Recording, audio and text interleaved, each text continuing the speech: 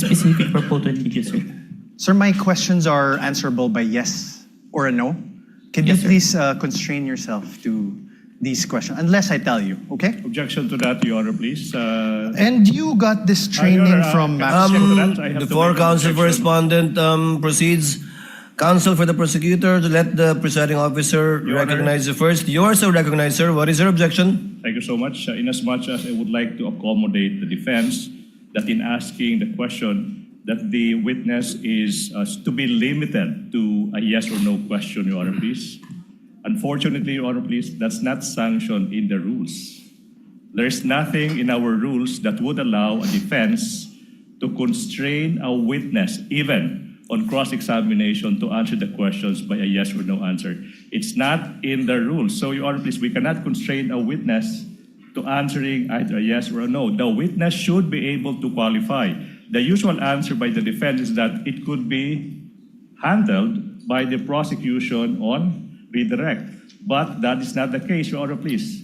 So long as there is nothing in the rules that would allow the defense to constrain the witness to answer yes or no, the prosecution will vehemently object to that, Your Honor, The please. presiding officer May I, Your overrules Honor? the presiding officer overrules the objection. The counsel for prosecutors can make a continuing objection regarding this matter, but it is the position of the presiding officer that the witness is seasoned enough. According to his testimony yesterday, he has attended over, if I recall correctly, 30 hearings already. So he would know how to respond and to explain if the need would arise. And it's up for counsel for the responding if at all to strike out whatever answers that are not responsive to his question. Counsel for responding may proceed. Thank We you. would abide, Your Honor. We would abide. Thank you, counsel for the prosecutors. And you testified that you got this training from Max Core Interventures, Yes, correct? sir.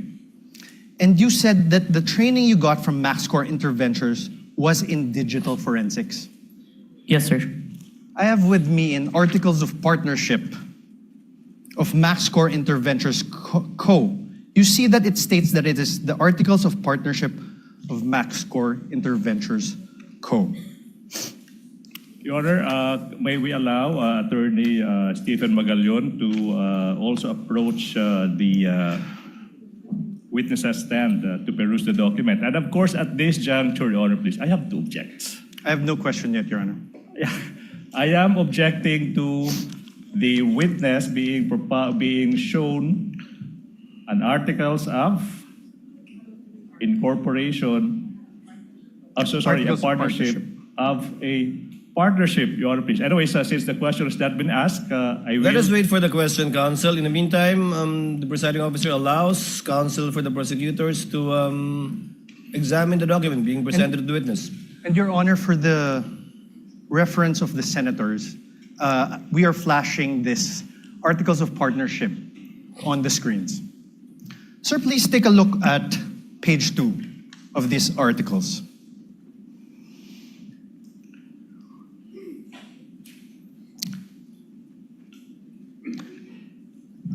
Page 2, sir. That's here. Page 1, page 2. Let's read it together, okay? Primary purpose, to engage in the business of trading both import and export of goods on wholesale, retail basis. Do you see that, sir? Yes, sir.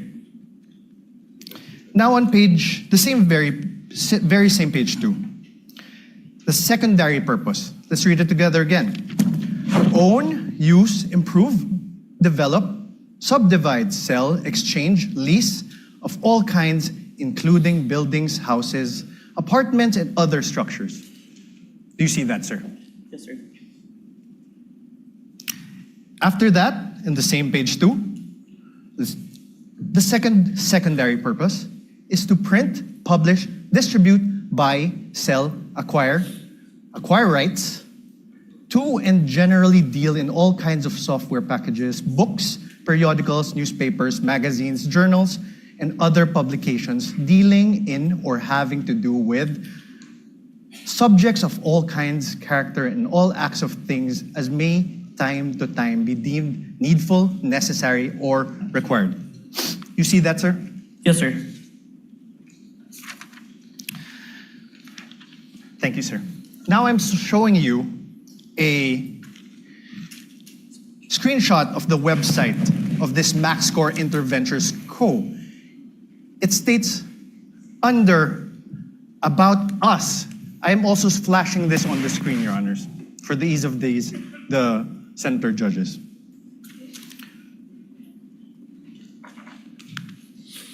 Your Honor, at this juncture, the prosecution will now manifest that there was no question propounded as to the presentation of the articles of partnership.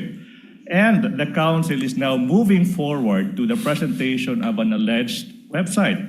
Therefore, it seems that the defense counsel is the one presenting the documents without propounding any question to this witness. Highly improper, Your Honor, please. Highly improper. The counsel should be asking question and not presenting document. You will have your turn when the defense team is allowed to present your evidence. 2 documents, no question yet. Highly improper, Your Honor, please. Again, I don't want to put the lawyer on the spot, but that is highly improper. Ask questions. Your Honor, I did ask questions. No, there was no question. Counsel- Can we ask that the transcript be read back? Counsel, kindly proceed. Thank you. Counsel for the prosecutors, with the understanding that Mr. Calilong is not testifying as to the truth of whatever counsel asked him or what he read, because clearly he's not competent Agreed, to Your Honor. testify as to the truth of what is contained in the articles of partnership. However, as to the fact that he read it and saw it, up to that extent, and the senator judges are so advised as well. So ordered. You may proceed, sir. Thank you, sir. And I am on cross, Your Honor. Thank you. Sir, under the words About Us, it says MaxScore Interventures has been established as a one-stop source of different products and services intended for both government and private institutions. Its company tagline, Innovation Without Boundaries, stands true testament to provide customers with quality merchandise, from the simplest to the most sophisticated ones at very affordable prices. The company places a long-term business relationship through customer satisfaction on top of its priority list, with integrity and honesty as the foundation of the company. It envisions to evolve into excellence amidst the competitive pace of information technology. You see that, sir? Yes, sir. Sir, now I'm showing you another screenshot of the website of this MaxScore Interventures Co. You confirm that I'm also flashing this for the ease of the court.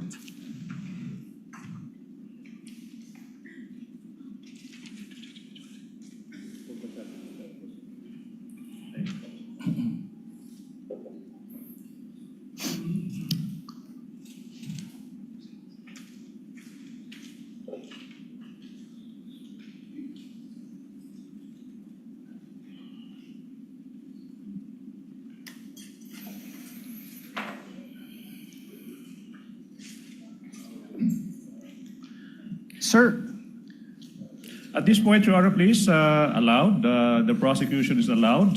Counsel for the prosecutor is recognized. Your Honor, not by way of an objection, but a manifestation, Your Honor, please. Your Honor, this is... Wait. Before that, I would like to object to your manifestation. Your Honor, there's no objection. Why is the Your Honor, prosecutor allowed to manifest during my cross-examination? Counsel Honor. for respondent, kindly wait for the presiding officer to recognize you. Thank you, Your Honor. What is the desire of the counsel for the prosecutors to I make would a like to put into record the simple fact, Your Honor, please, that basis has not yet been laid as to the presentation of these documents. He presented an articles of partnership and screenshots of websites without saying who took these screenshots or who, from where did the defense get the articles of partnership. That is only by way of manifestation. No need for the court to rule on that, Your Honor, please. Noted. Earlier ruling of the presiding officer stands. Counsel may proceed. Your Honor, may I respond? No need, counsel. It was not an objection. Please proceed with your cross. Thank you, Your Honor. May I also state the manifestation, Your Honor? Your Honor, the basis of the defense was laid... For the record, The chair will allow it. Just this Thank you. once, please. The basis of the defense was laid when we asked him whether he testified that he got his training as an expert witness from MaxCore Ventures. That's basis, Counsel, Your please proceed. Thank you, Your Honor. Sir, could you take a look at this? Under the words "our products," the products seen there are office supplies and equipment, ICT equipment, software and hardware, investigative equipment, hardware and software, emergency response software, and CCTVs. Do you see that? Yes. Thank you. Mr. Calilong, are you a lawyer? No, sir.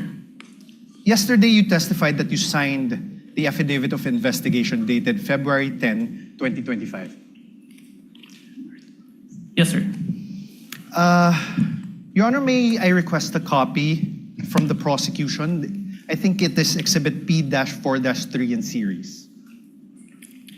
P-4- 3 series. Your Honor, please, manifestation. The witness, number one, mentioned the affidavit of investigation, but that the witness did not identify the documents. So for the record, Your Honor, please, that document is not yet presented in courts as a documentary evidence, Your Honor, please. So highly improper for the defense to elicit that document through this witness precisely because this witness did not yet identify the affidavit of investigation, Your Honor, please. Which exhibit is this? I believe he did, counsel, but which exhibit is this? Exhibit P-4-3 to Exhibit P-4-3BB, Your Honor. Your Honor, please, if I may, it was not yet identified, but it's pre-marked, Your Honor, please, to be presented by our next witness, Attorney Jeremy Lotok. So highly improper, in as much as we want to accommodate the defense. So who is the signatory in that document? Is it Your Honor, Mr. Calilong is a signatory to that document. is one of the signatories? Yes. Is one of the signatories. But the counsel for prosecutor is correct. This document has not yet been identified by any of the witness for the counsel for the prosecutors. Yes. You will get your chance, counsel for the respondent, when Attorney Lotok testifies later, which I believe is the only exhibit that he will be testifying to. All right, Your Honor. Kindly proceed, counsel. You mentioned a affidavit of investigation, correct? Yes, sir. And this affidavit of investigation, you sent a copy to the House of Representatives Committee on Justice. Yes, sir. You identified it during the House Committee hearings on April 29, 2025. Yes, sir. I'm showing you now an affidavit of investigation. This is marked as Exhibit D-4-46 in series, Your Honor. D-4-46 in series. Is there a counterpart marking from the counsel for prosecutors? Yes, Your Honor. This is P-4-3 to P-4-3BB. Thank you. For the record. This annex of this affidavit of investigation has appendages, correct? Annexes. Yes, sir. And it forms a whole, correct? Yes, sir. Okay. Sir, do you confirm that you signed this? I'm one of the signatories, sir. Do you want me to have him identify signature? Okay. Your Honor, do you have, here, sir. Kaso lang, sir, yung sinumpit remote po, I withdraw, Your Honor.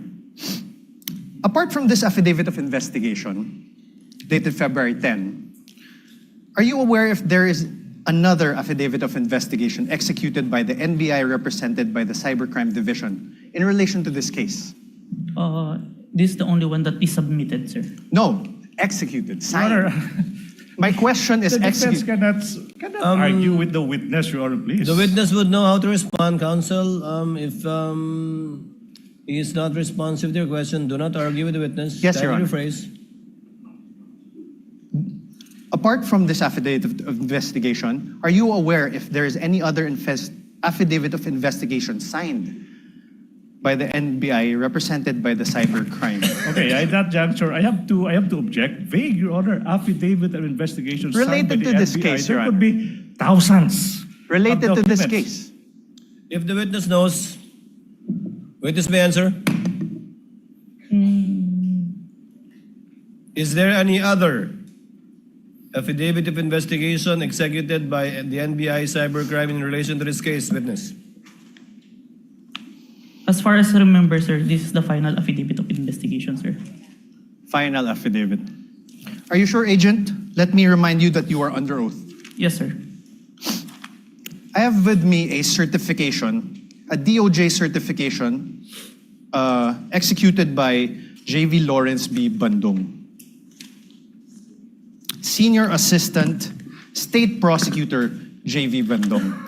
For the record, Your Honor, this is Exhibit D-4-29 for the defense. Do you see this, sir?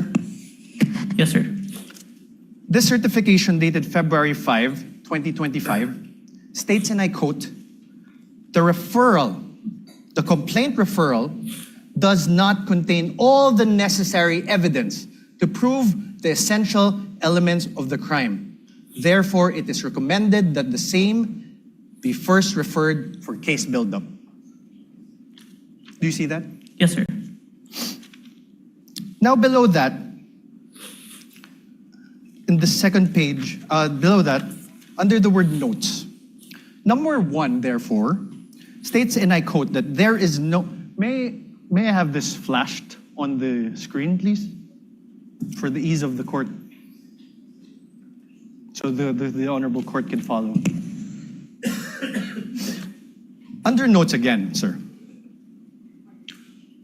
For the record, Your Honor, we are flashing the certification on the screen. Under notes, sir, number 1 therefore states, and I quote, there is no affidavit of the persons who recorded the video entitled VP November 23 Press Con at Batasan through open broadcast software OBS and in turn stored it in a digital video disc. Do you see that, sir? Yes, sir. Let's go to page 2. On paragraph 7, it states, and I quote, one of the elements of the crime of grave threats is that the offender threatens another with infliction upon the latter's person, honor, or property, or upon that of the latter's family of any wrong amounting to any crime. In the instant complaint, only the NBI executed an affidavit and there was no participation on the part of the offended parties, as it appears. NBI is not the offended party for the crime of grave threats. Do you see that? Yes, sir. Above this, in paragraph 6,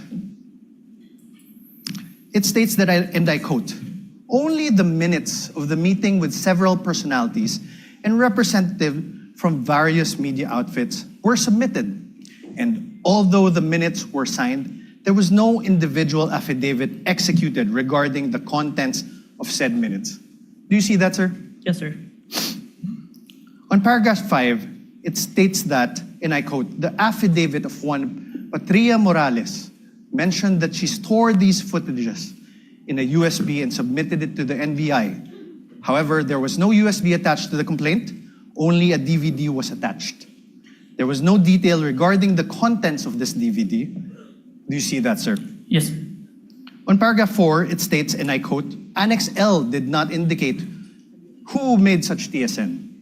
There was also no affidavit of the person who made the TSN. Do you see that? Yes, sir.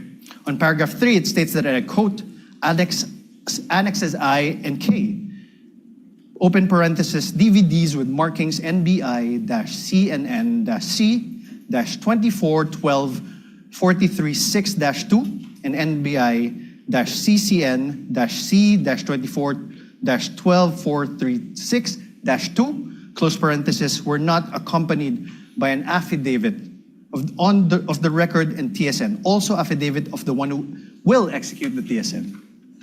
Yes, sir. On paragraph 2, it states, and I quote, "The press briefing conducted on October 18 was not recorded and or stored in a DVD, no video submitted, and there was no TSN of the said briefing and the necessary affidavit of the person taking the CSN." Yes, sir.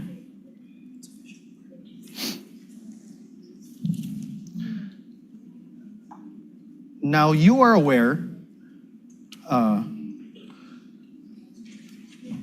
sir, so now is your memory refreshed, sir?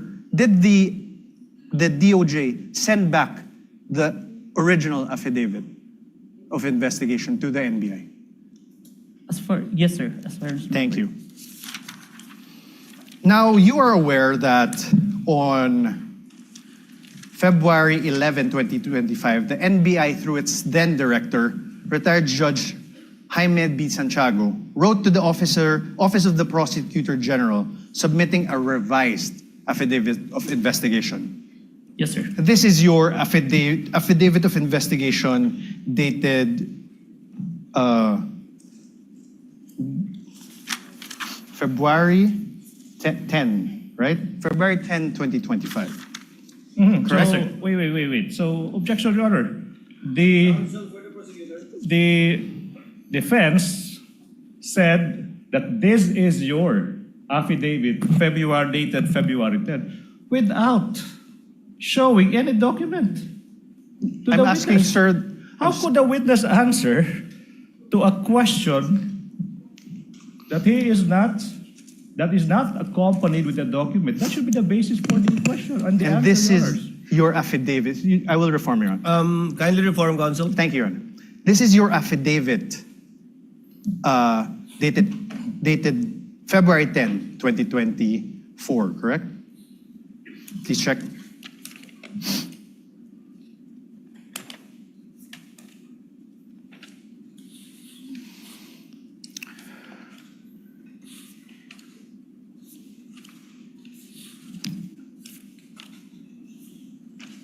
Sorry, sir.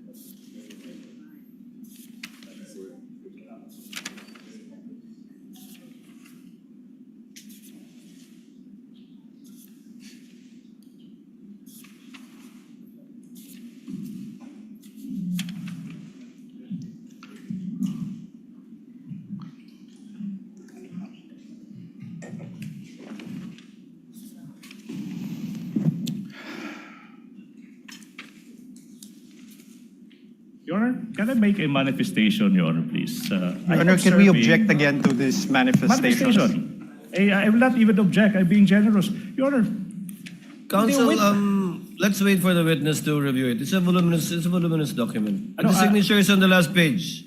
You can make the corresponding objection to Signature. the style, manner, or cross-examination of the counsel for responding at the proper time. Signature. And book.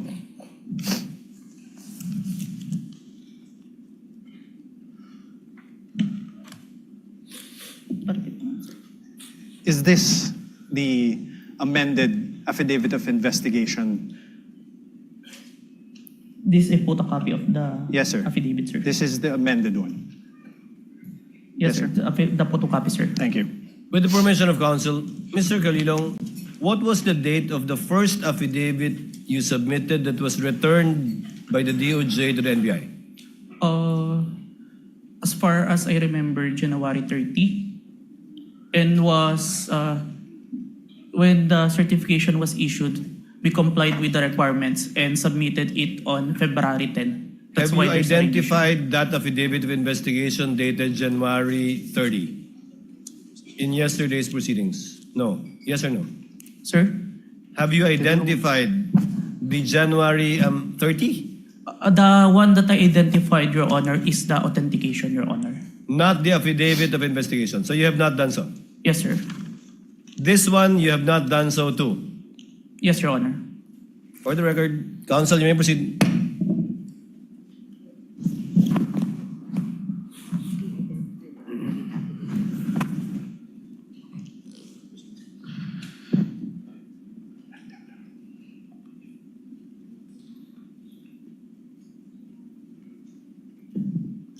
I'm showing you now a letter dated January 30 from the former NBI Director Jaime Santiago.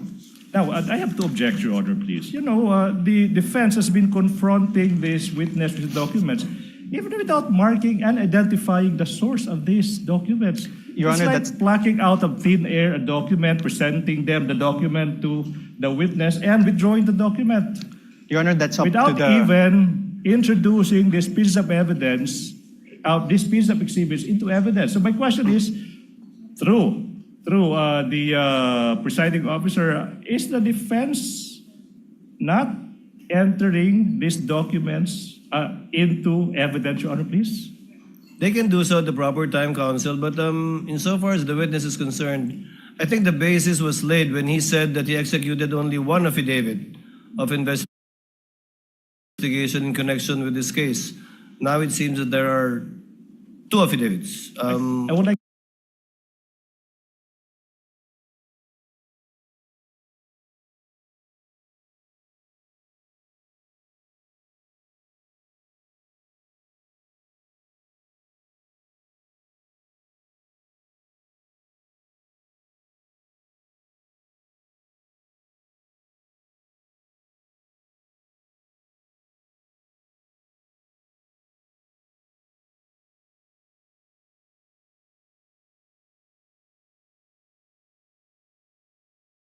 to make Both of which have not yet been presented. One will be presented, I think, by Attorney Lotok. Your Honor, for but the first record- one, we're not aware of it. Is that correct, counsel, for the respondent? Your Honor, he just identified a copy of the affidavit of investigation.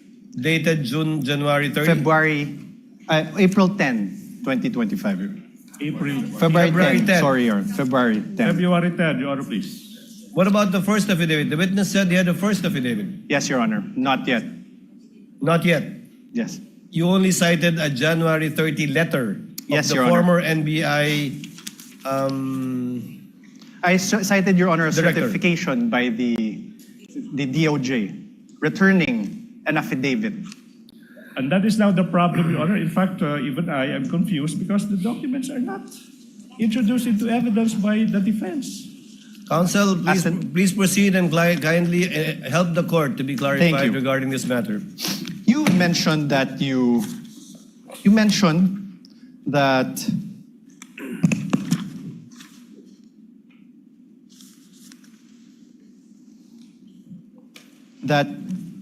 you were aware that the then director, retired Judge B. Santiago, wrote to the office of the Prosecutor General submitting a revised affidavit of investigation on February 11, 2025.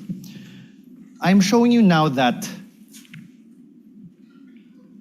letter dated February 11, 2025.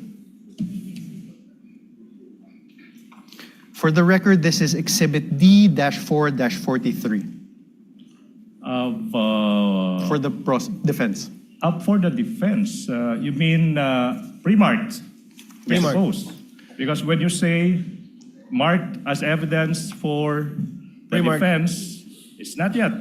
Your turn has, you have yet to present your exhibit, so it should be pre-marked, Your Honor, please. No, it's pre-marked, and I believe both the defense and the respondent and the prosecution also have common pieces of evidence which you decided during pretrial. This is not one of them, which you decided during pretrial to be marked It's separately. not one of those few common pieces of evidence. Yes, there are a few. Sir, Please proceed, counsel, for the respondent. Witness may answer. there is a signature above the name Judge Jaime B. Santiago. Whose signature is that? Your Honor, now I would like to object to the relevance a letter is being, the witness is being confronted with a letter coming from the former NBI Director, Judge Jaime B. Santiago, and this witness is now being asked to identify whose signature is that. That's obvious. I'll allow it conditionally if you can show the relevance Your Honor. insofar as your ability to test the credibility and the accuracy of the witness is concerned. In the meantime, I'll allow it. Kindly show the connection, counsel. Thank you. Sir, whose signature is this?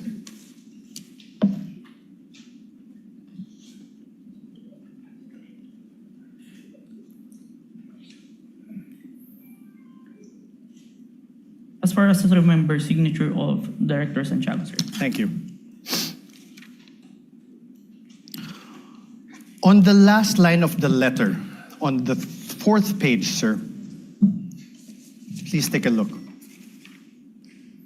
Last line. It says, and I quote, "To support our recommendations attached herein is the revised affidavit of investigation, including its attachments." Did you see that, Agent? Yes, sir. Thank you. And you confirm that the former NBI Director, Jaime Santiago, wrote to the Prosecutor General, Richard Anthony Di Fadolion, a letter dated January 30, 2025. This is one of the documents that you submitted to the Committee on Justice, correct? Where's... Okay, I will show you now. May I have this flashed on the screen?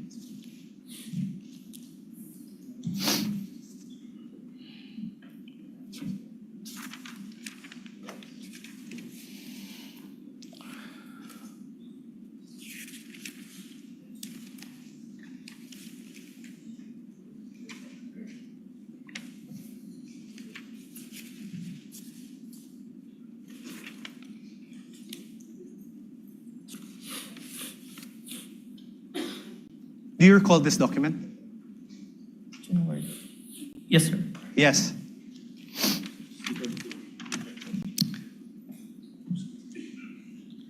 January 30, 2025 is a date earlier than February 10, 2025, correct? Yes, sir. Your Honor, As an answer, for the Your Honor. prosecutor.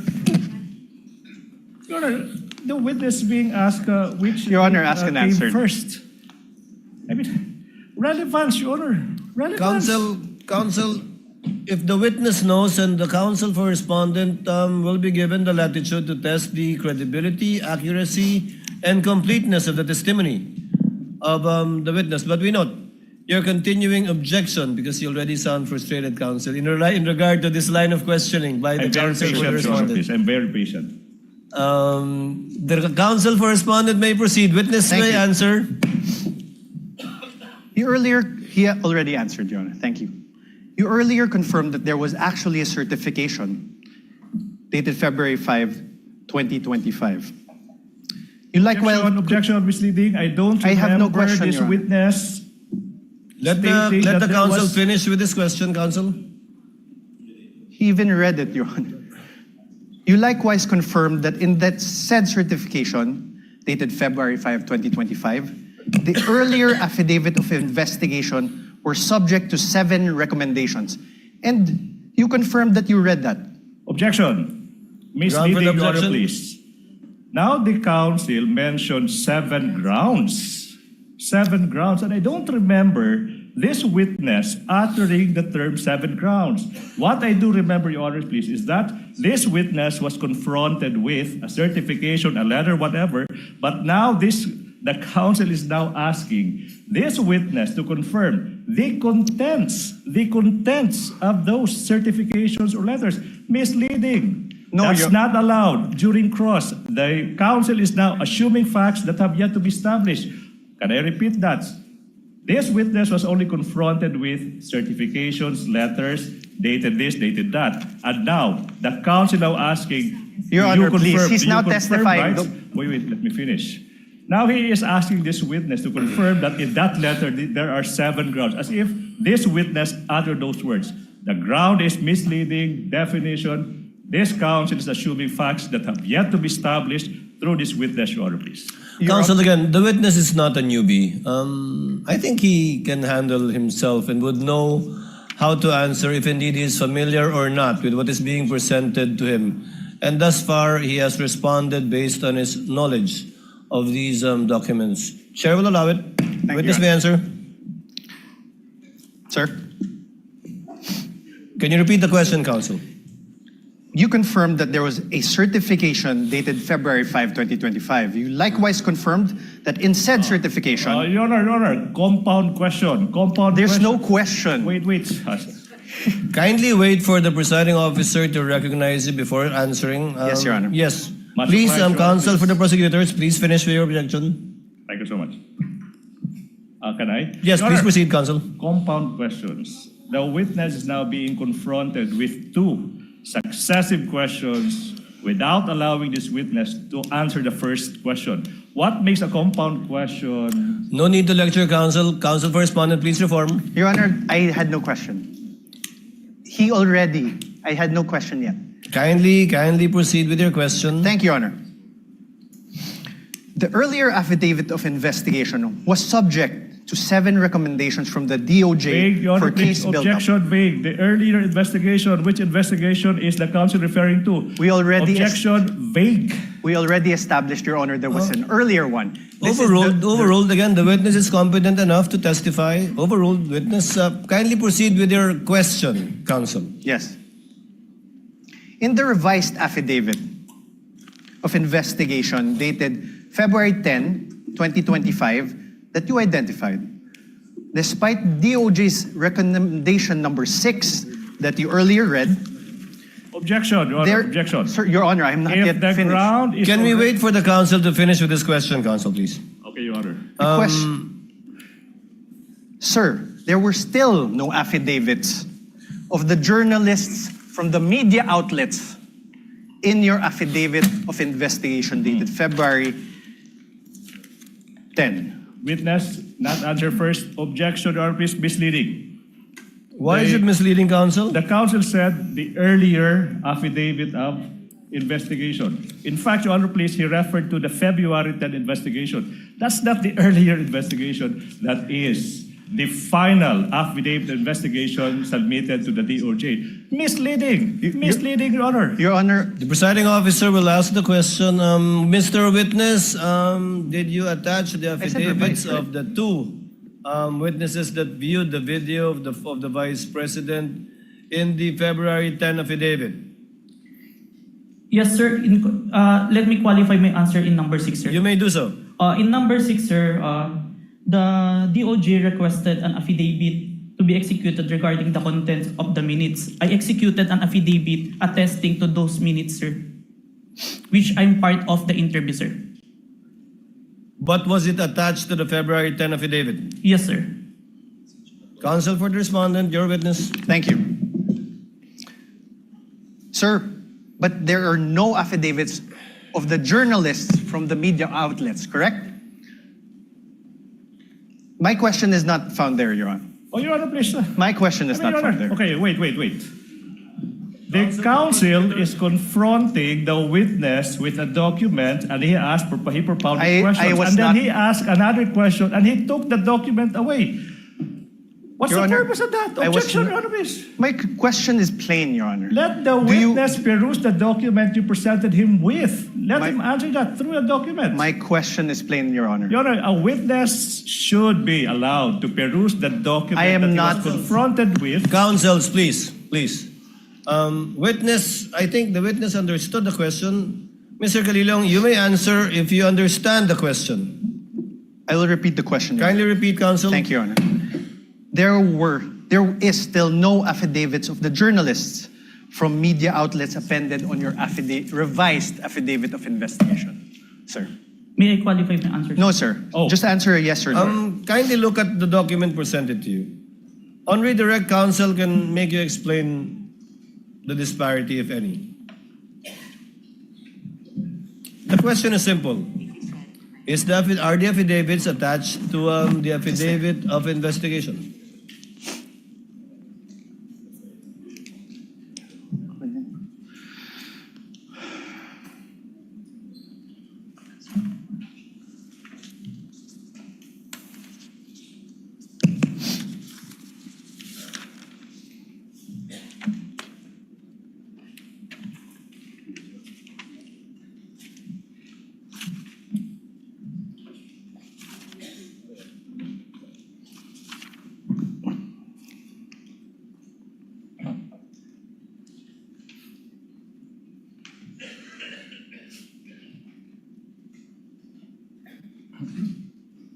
May I see the question number 6? Your Honor, my question does not relate to question number Kindly 6. show the witness, counsel. I If will. it will enable him to give an intelligent answer Can we to your please question. slash certification and put it to paragraph number 6? The paragraph number 6 states that only the minutes of meeting with several personalities and representatives from various media outfits were submitted. Although the minutes were signed, there were no individual affidavit executed regarding to the content of the minutes. On this, Okay, sir. I have no So the question. answer is the affidavits are not attached. I have executed an affidavit, sir. No, the Sir, affidavits of the two journalists are not attached. I think that's the only question of Yes, sir. counsel for the respondent. Thank you, Your Honor.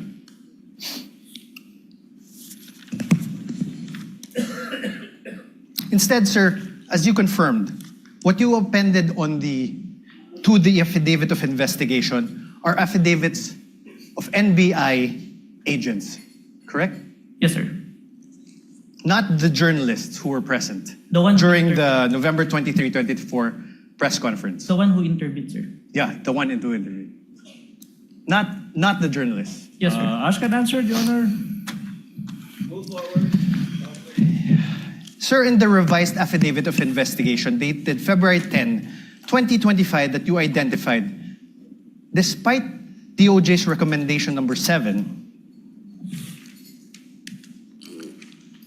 can we show again DOJ recommendation number 7? In the certification dated February 5, 2025, it is still the NBI Cybercrime Division that is the complainant. I believe this is answered on the letter of the director, sir. Sir, my answer is answerable by yes and no. The complainant is still the NBI Cybercrime Division. Yes, sir. Thank you. The supposed offended parties in this case would be President Bongbong Marcos, Yes, sir. the First Lady Lisa Marcos, Yes, sir. the former Speaker of the House Martin Romualdez. Yes, sir. Did President Marcos appear before the NBI during its investigation? No, sir. Did the First Lady Lisa Marcos appear before the NBI during its investigation? No, sir. Did the former Speaker Martin Romualdez appear before the NBI during its investigation? No, sir. Sir, I'm showing you again for the record the affidavit investigation. Sir, did you attach to that affidavit of investigation dated February 10, 2025, an affidavit of the President Marcos? Only the responses, sir. Sir, listen to my question. That's Did the you- answer. Your Honor, he did not answer, so I am entitled to That's ask his again. answer. Not responsive. The question was, Mr. Witness, did you attach the affidavit of President Marcos to the February 10 affidavit? No, sir. Did you attach an affidavit of the First Lady Lisa Marcos on your affidavit? No, sir. Did you attach an affidavit of former Speaker Martin Romualdez on your affidavit of investigation? No, sir. To your knowledge, if you know, sir, did President Marcos file any criminal complaint against Vice President Sara Duterte as a result of the November 23, 2024 online press conference? He made a statement. No, sir. My question is, if you know, did the President file any criminal complaint against the Vice President? I have no personal knowledge, sir. Did the First Lady Lisa Araneta Marcos file any criminal complaint against VP Sara? I have no personal knowledge. How about the Speaker Martin Romualdez? Did he file any criminal complaint against VP Sara as a result of the November 23, 2024 online press conference? I have no personal knowledge. Did you really investigate this case? Oh, Your Withdrawn, Honor, Your Honor. argumentative, Withdrawn. Your Honor, please. Withdrawn. Did you really investigate Withdrawn. this? How about Question the has been Speaker withdrawn. Martin Romualdez? In other words, sir, the alleged offended parties were not included as complainants in the case you filed with the Department of Justice. Yes, sir. Thank you. Based, Thank you. And despite the fact that the NBI Cybercrime Division did not comply with recommendations number 6 and number 7 in the certification date February 5, 2026, it nevertheless filed the revised affidavit of investigation dated February 10, 2025 that you identified today. Can I qualify my answer, sir? No, sir. Just answer with a yes or no. Witness may be allowed to answer according to how he wishes to explain. You may proceed, Mr. Witness, to answer. Yes, sir. Thank you, Your Honor. For this case po, we complied with the requirements of the DOJ. That's why we secured a second certification wherein our documents is enough for preliminary investigation, sir. Okay, thank you. And this certification is a certification dated February 5, 2025, correct? Kindly show the witness the This is document. not the new certification, sir. Oh, sorry, sir. So, apologies, Your Honor. February 11. Yes, sir. This was also executed by Senior Assistant State Prosecutor J.V. Lawrence B. Bandong, correct? Yes, sir.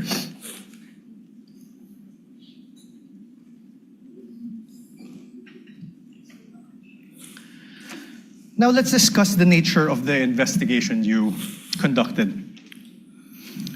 You claimed in your affidavit, sir, affidavit of investigation, that the NBI began its investigation into the VP's remarks because it was directed by the DOJ to do so. Motu proprio and directed, sir. Okay. Do you understand what you just said, sir? Oh, Yes, sir. oh. Can I I'm object asking, to that, sir. Your Honor, please? I'm asking, sir, it argumentative. makes sense, Your Honor. Argumentative counsel. Move on.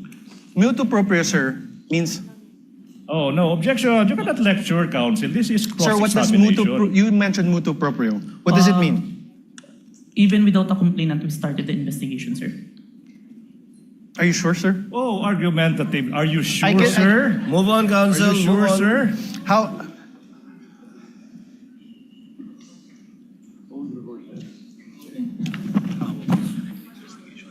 How about direct investigation? What does that mean? Your Honor, okay, never mind. Directed investigation. What does that mean? There is instruction from above, sir. From? Above. From Above. upper. What does above mean? It may be the DOJ or the higher. Higher. What's higher than the DOJ? Based on that, it's only the DOJ, sir. Based on you said above the DOJ, sir. No, sir. Above the Sir, NBI, you said above. May I ask for a Argumentative, Your Honor, Counsel, argumentative. counsel, again, I would have to sustain the objection. It is argumentative. I heard All the right, answer, Your and he meant as a general term above, but referring apparently to only the DOJ in this particular instance. We submit, Your Honor. Please proceed. You confirmed that the NBI Cybercrime Division is the complainant in the case against the Vice President, and that the DOJ filed this with the NBI filed this with the DOJ. Objection, compound, No, Your Honor. That's a no compound question, Your Honor. That was just a statement. Counsel, Oh, kindly wait. exactly. Your Honor, a Is laying statement. the basis for a question. Go to your question, counsel. Sir, the NBI, of course you're from the NBI, is under the Department of Justice. Yes, sir. Your Honor, we can take judicial notice of that. We Your cannot- Honor, if I'm on cross, Your Honor. I know, but I'm on cross. there are things that No. need not be discussed. Your Honor, please. Counsel- Can I, Your Honor? Your Honor, please. Counsel, let's give him some latitude. second- Although we Much obliged, can, Your Honor, much although we obliged. can take judicial notice of that, it's part of his cross-examination. Yes, thank you, Your Honor. The Secretary of Justice is meanwhile the head of the DOJ, correct? Yes, sir. It's the Secretary of Justice exercises control and supervision over the NBI. Yes, but even No, without- no more Your Honor, questions. the witness Yes is or no, answering. Mr. Witness? If you know. Can you repeat, sir? Mr. Witness? The Secretary of Justice exercises control and supervision over the NBI. Yes or no? We are under, sir. But we're independent. So you do not know. Oh, Your Honor, that's Sorry. argumentative. So Sir, you are do you- not know? All right, Your Honor. Are you aware of Book 4, Chapter 8, Oh, Supervision and Control of the Admin Code? Your Section Honor. 39. Your Honor, I have no Your Honor. question yet. Yeah. Please. yeah. Section Counsel for the 39. prosecutor, let the counsel for respondent finish his question. Yes, Your Honor. Section 39 thereof, Secretary's authority. The Secretary shall have the supervision and control over the bureaus, offices, and agencies under him. supervision and control. Sir, my question is this. Is the NBI, the National Bureau of Investigation, under a bureau under the Department of Justice? Yes, sir. Thank you. And sir, the President has control over all executive departments, correct? I believe so, sir. The DOJ is one of those executive departments, correct? Yes, sir. And the current President is Ferdinand Marcos Jr., correct? We agree to that. That's judicial notice. Your Honor, please. Yes There's or no no? other Yes. president. We Oh, only he have answered one already, Your Honor. president. Already asked and answered. The head of the executive branch is President Ferdinand Marcos Jr., correct? Yes, sir. The very same Ferdinand Marcos Jr., who you said was an offended party in the case against Vice President Duterte. Yes, sir. So, in other words, the NBI investigated and filed the complaint. The DOJ directed the investigation and will determine whether the case should proceed to court. And the alleged offended party, President Marcos, is the constitutional head of the executive branch, Objection. exercising control over both the DOJ and the NBI. I Your Honor, withdraw, Your objection. Honor. I withdraw. Objection of the I withdraw, Your Ground is the Honor. ground I is- withdraw. Oh, Your Honor. It's even more compound question. Nothing to asking object to. several Withdraw, subject Your Honor. matters. Withdraw. Counsel, move on. Withdraw. Sir, you testified earlier that you investigated the Vice President in relation to the press briefing that she conducted on November 23, 2024. Yes, sir. This investigation by the NBI Cybercrime Division was started after the conduct of the November 23, 2024 press briefing of the Vice President, correct? Yes, sir. So basically, to put it simply, the investigation was done after the supposed incident on November 23, 2024. The same day, sir. The same day, but after. Oh, Your Honor, the same day then after. Same, not responsive, Your Honor. Counsel, clarify your question. Same day, The same investigation was done after, later than, the supposed incident on November 23, 2024. Yes, sir. Thank you. You mean to say later that day? Yes, Your Honor. Because how can you investigate something that hasn't happened yet? Correct, Yes, Your Honor. Please proceed. Sir, you're not one of the participants of the press conference on November 23, 2025, correct? Yes, sir. So you do not have personal knowledge about what transpired during that press briefing, correct? It was live streamed, sir. You did not watch that live stream, correct? In It real was- time. Yes, sir. You only acquired knowledge about it when you started investigating later that day. Yes, sir. You also do not have personal knowledge of the alleged threats made by the Vice President during that press conference. Press briefing, sorry. After the press briefing. After. You only acquired knowledge about it when you started investigating. Yes, sir. You also do not have personal knowledge of the alleged assassin that was allegedly hired by the Vice President. It came to my knowledge upon... Personal knowledge, sir. No, sir. Now, during your testimony yesterday, you mentioned that during your investigation on the November 23, 2024 press briefing conducted by the Vice President, you preserved a copy of said press briefing through open source investigation, correct? Preserve a copy through open broadcast software studio. Okay, thank you for the correction.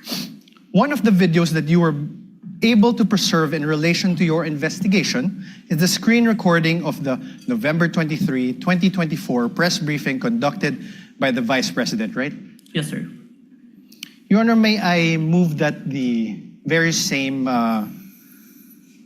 USB be unsealed and shown by the prosecutor's exhibit P-4-10 be unsealed and shown the witness.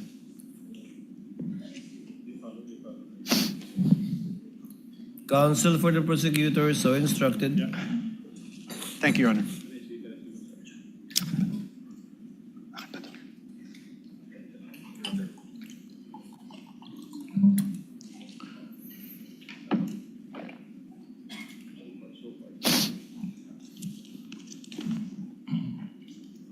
Okay ka lang po.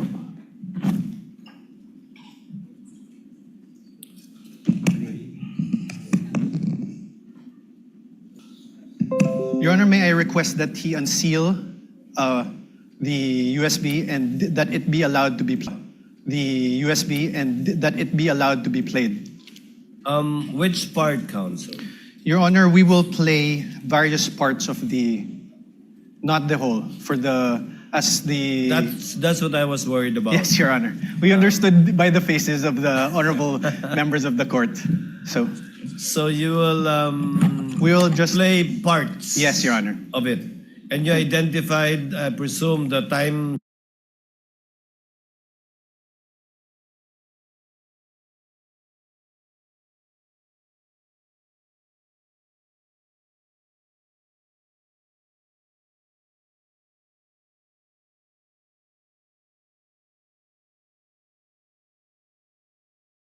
Stamp. Yes, we have, Your Honor. I will get to that. Witness may open the seal, Thank you, Your Honor.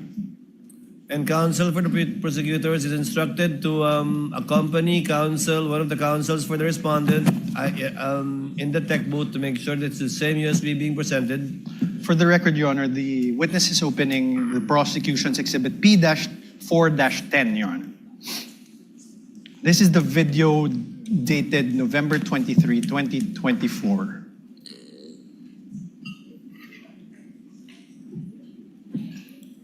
I have unsealed the flash drive, sir. Counsel this with understanding, okay, very much like yesterday, that this USB will again be sealed and signed by both parties. Yes, Your Honor.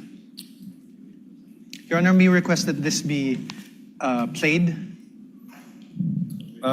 Here, brother. Sorry. Counsel for the prosecutors, kindly accompany a representative from the counsel of the respondent to the tech booth to make sure that the same USB to be played.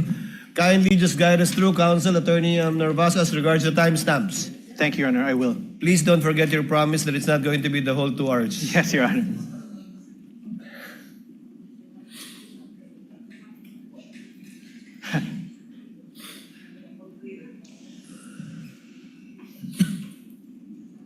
Waiting. Senator Judge Pia Cayetano, what is your pleasure, ma'am? Yes. If it's possible, Mr. President, if our secretariat can install a monitor here because magkaka-stiff neck na po ako watching this. And it really doesn't look nice that I'm slouched there looking this way. So, and then this one here is a little bit, not for videos, but for the copies of affidavit, it's quite difficult.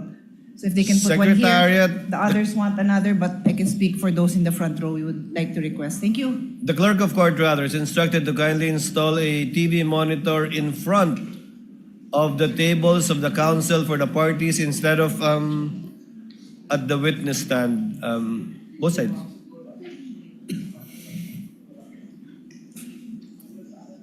Underneath the table of the counsel for the parties, Senator Judge Pia.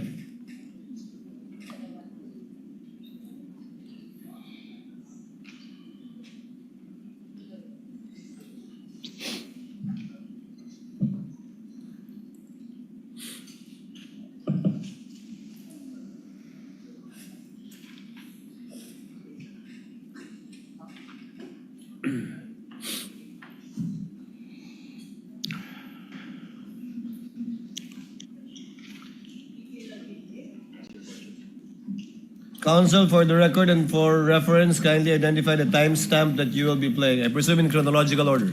Your Honor, for the record, we are showing the witness a part of the video marked as the prosecution's exhibit P-4-10. First video, the timestamp around 0001:27 to 0002:20 of the November 23, 2023 press briefing as contained in the video that you identified yesterday, sir. Your Honor, may we ask that the video be played at those specific timestamps? I did an apology. And then, ang sabi po nila, I just have to do an MR. And I did an MR, but they did not rule on it. And then suddenly they have an order transferring me. When ang nauna naman na order ng final ng lawyers namin was an MR to lift that order of contempt. Because they said that was the procedure. If they were not able to rule on that, how were they able to come up with an order? You know, to transfer me to the women's correctional in the dead of the night. I mean, bakit ganun? Wala na bang rights yung mga tao? They just go to your room and then just get... Bakit?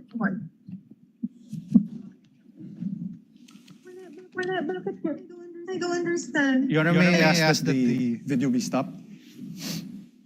Sir, do you know who that is in the video that you identified?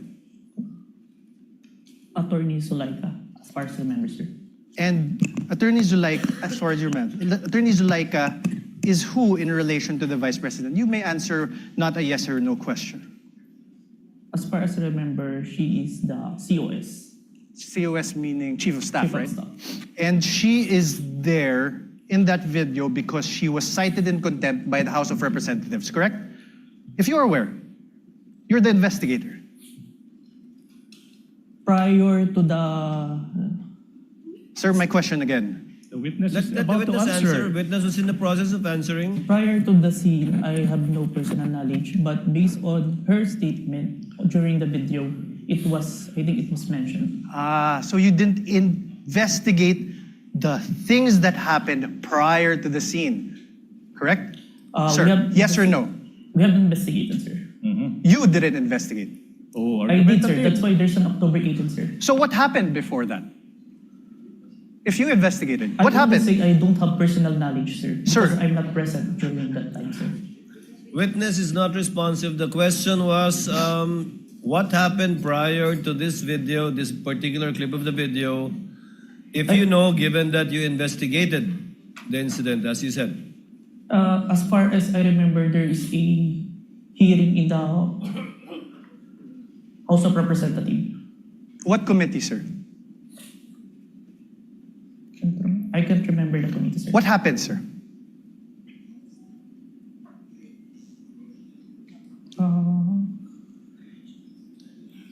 COS was cited in contempt, sir. By who, sir? I can't remember the exact, sir. But you investigated. I withdraw, Your Honor. Can we play, let me show you timestamps around 002832 to 002933. This is the same prosecution's exhibit P-4-10.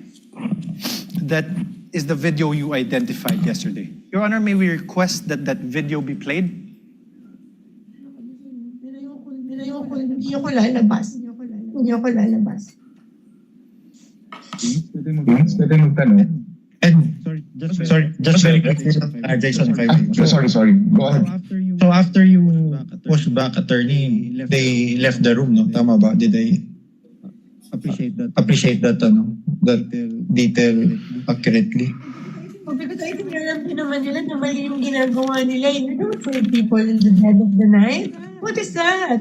It served, di ba? Official business hours. Because hindi naman po ako kriminal eh. I am not a criminal. I am already here in their facility. I have assured them already that I will attend their hearing on Monday. So why will they treat me like that? So that's why I said I want my lawyer. Stop, please. Sir, did you consider this in making your evaluation in the revised affidavit of investigation dated February 10, 2025? Yes, sir. Thank you. Now let me show you timestamps around 003305 to 003432 of the November 23, 2023 press briefing as contained in the video that you identified yesterday, the prosecution's exhibit P-4-10. Your Honor, may we request that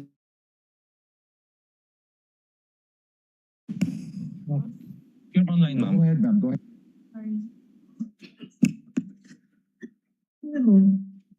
I would not have pushed that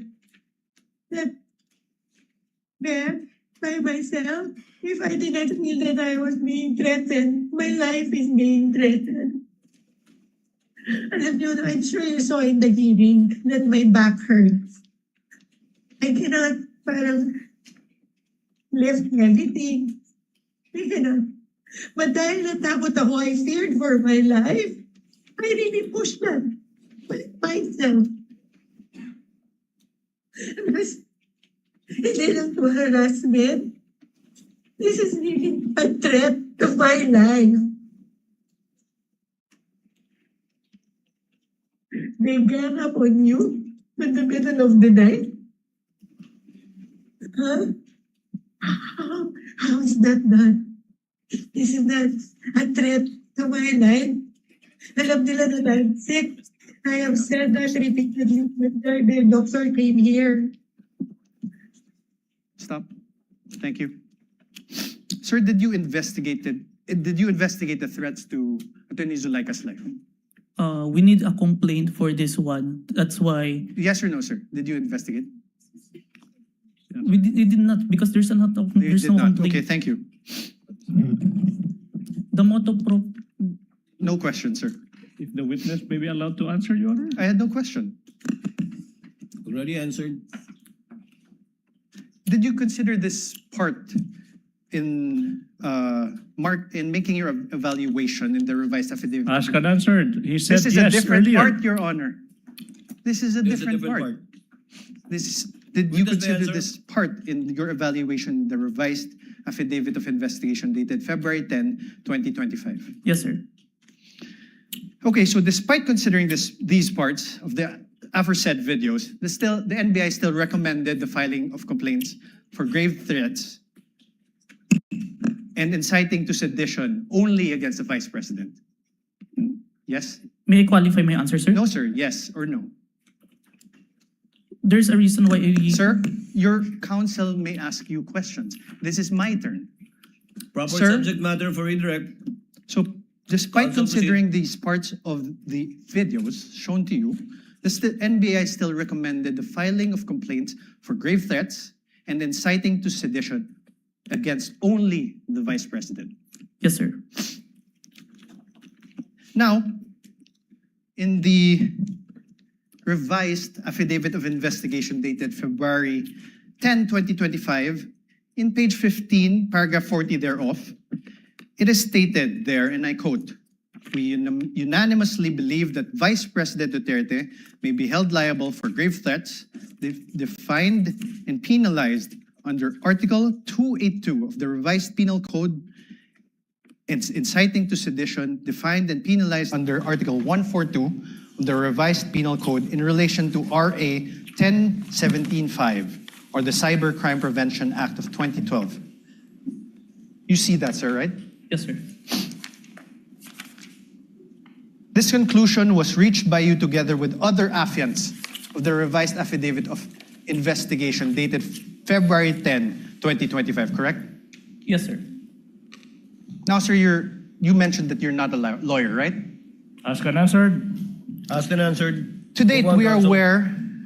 are you aware if any court has convicted the Vice President for grave threats over what transpired on November 23, 2024? As far as you know, not yet, sir. Not yet. As far as you Your know. Honor, Mr. Witness, as far as you know, no. No, sir.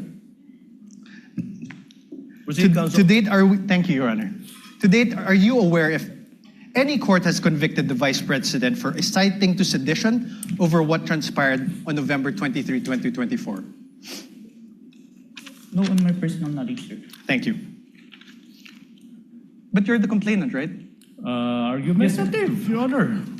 I was just Sustained. asking. Sustained, move Asked on. and answered. Argumentative. Then we withdraw your question. Improper. Attached to the revised affidavit of investigation, which you identified and submitted to the DOJ and the Committee on Justice, is your affidavit of transcription of the press conference on November 23, 2024. I am showing you this now. For the record, sir, Your Honor, I will show the... Can you check?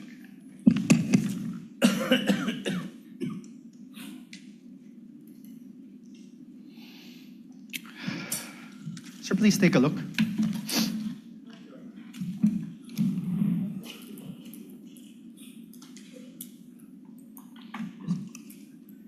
Can you please state it in for the record?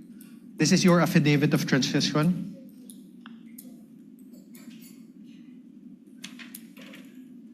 Yes, sir. This is a photocopy of my affidavit of transcription, sir. This refers to the press conference on November 23, 2024.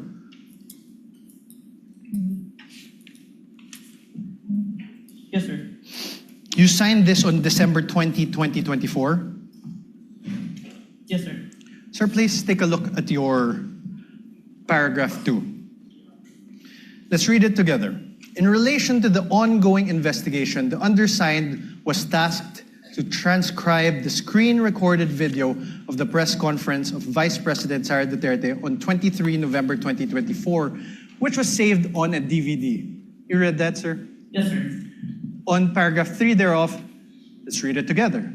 Undersigned transcribed the video mentioned above which resulted in a CCD transcript hereto attached. Yes, sir. You read that, sir? And 4, I hereby certify that the above mentioned digital evidence has been faithfully transcribed and that has not been edited, altered, or changed in any way. Did you read that, sir? Yes, sir. And I am, on number 5, paragraph 5, I am executing this affidavit to attest to the truth of the foregoing facts and circumstances and for whatever legal intent and purpose it may serve. Yes, Did you read that, sir? Yes, sir. These statements of yours, this affidavit of yours, these were all done under oath, correct? Yes, sir. And you were offered as an expert in digital forensic examination with a whopping 2 weeks of training. Do you confirm that that transcription of the screen-recorded video of the press conference of VP Sara Duterte on the 23 November 2024 has been faithfully transcribed? I don't remember that I was introduced as expert, but a competent witness. Okay, sir, but my question is, the press conference of VP Sara Duterte, that the transcription of the screen-recorded video of the press conference of VP Sara Duterte on 23 November 2024 was faithfully transcribed by you. Yes, sir.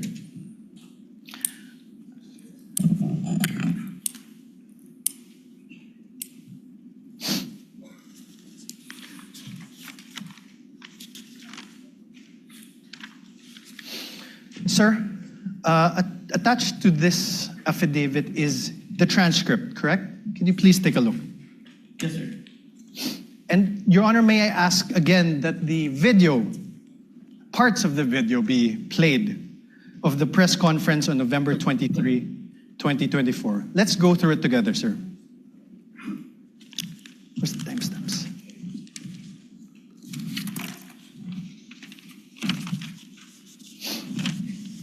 First, let's go to around timestamp 00446. Your Honor, may I request that the video be played? Sir, please. Steps after this order, are you going to file? Are you going to trigger na po ba, ma'am, the filing? I am not leaving this room. I am here in the House of Representatives detention facility for 5 days until the hearing on Monday. Nobody can come in here and demand to transfer me in the middle of the night. I have my right. Okay, ma'am. Any crime. I am not leaving this room. Stop. Okay, yun lang po, ma'am. You heard that, sir? Do you want to repeat it? I heard it. Or you heard it? Sir, in the first, you see also where that part is? Can you see it? Start with the question with Red Mendoza, sir.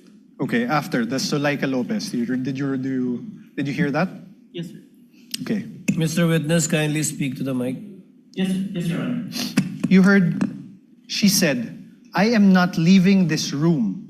I am a detainee here in the House of Representatives detention facility for 5 days until the hearing on Monday. That is the first sentence, sir.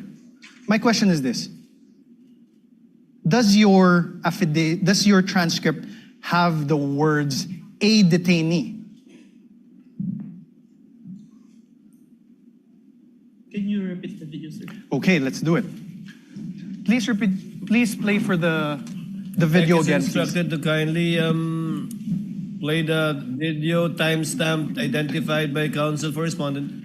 You're going to trigger na po ba, ma'am, the filing? I am not leaving this room. I am here in the House of Representatives detention facility for 5 days. That part that the detainee is inaudible, the only I heard, that's You why. heard the, correct? Yes. Are the words or the sounds the there? The her. Huh? Here. Yes. Here. Okay. Please play. How about the last part of the paragraph? She said, "I have my rights. I am not accused of any crime. I am not leaving this room." Does your paragraph in your transcript have the word accused after not? Can you play the video, sir? Speak to Please play the microphone, video please. again. Speak to the microphone. Tech is instructed to play the video. Witness is instructed to speak to the mic. Demand to transfer me in the middle of the night. I have my rights. I am Okay, not ma'am. accused of any crime. I am not leaving this room. More. Play, please. Okay po, ma'am. Yun lang po, ma'am. Thank you po, ma'am. Wait. Back. Any other question? 0446, please. I'm sorry, ma'am, kasi I understand, ma'am. Ma'am, this is my last question and I'm very much sorry. I'm so triggered na po ba, ma'am, the filing. I am not leaving this room. I am a here in the House of Representatives detention facility for 5 days until the hearing on Monday. Nobody can just come in here and demand to transfer me in the middle of the night. I have my rights. I am Okay, not ma'am. accused of any crime. I am not leaving this room.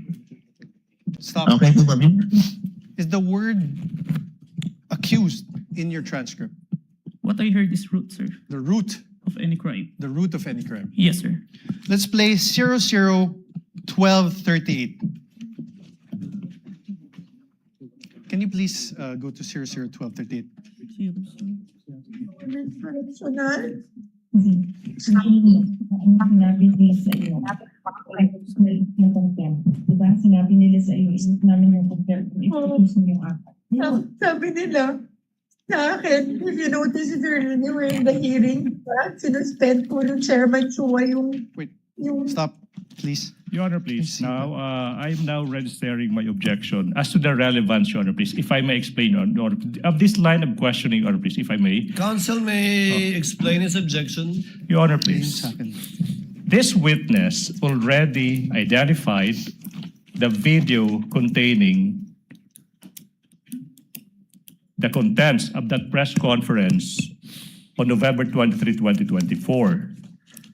And the counsel is now confronting this witness whether there are minuscule portions of the 2-hour video, like detainee, accused, whether this appear in the transcription.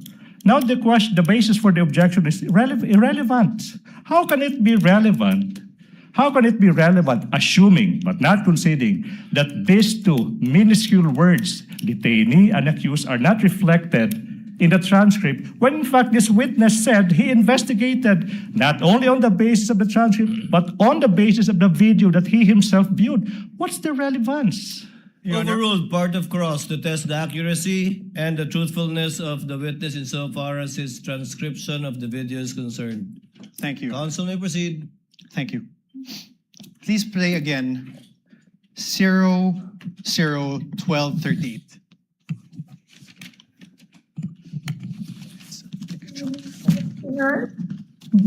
Sinabi nila sa iyo, yung contempt. Diba? Sinabi nila sa iyo, isip namin yung contempt. Ipatusin yung apat. sabi nila sa akin, if you notice if you're anywhere in the hearing, di ba? Sinuspend po ng Chairman Chua yung session. Tapos, nung sinight po ako ni Congressman Castro in contempt, then after that, nag-rule sila. Tapos, then sinuspend niya. Tapos lumapit po sila nag-huddle sila, and then they called my lawyer, and then told him na kausapin ko. So lumapit ako, and I really apologized. I said, that letter to the Commission on Audit was really a position of the agency. It is our stand, like all, di ba? Like, meron kang points na gusto mo i-raise. We respectfully raised our points to the Commission on Audit. Alam ko, hindi naman po yung mali kasi that was our right as an agency. Because there was an ongoing audit investigation. Pero hindi naman namin kinukuha.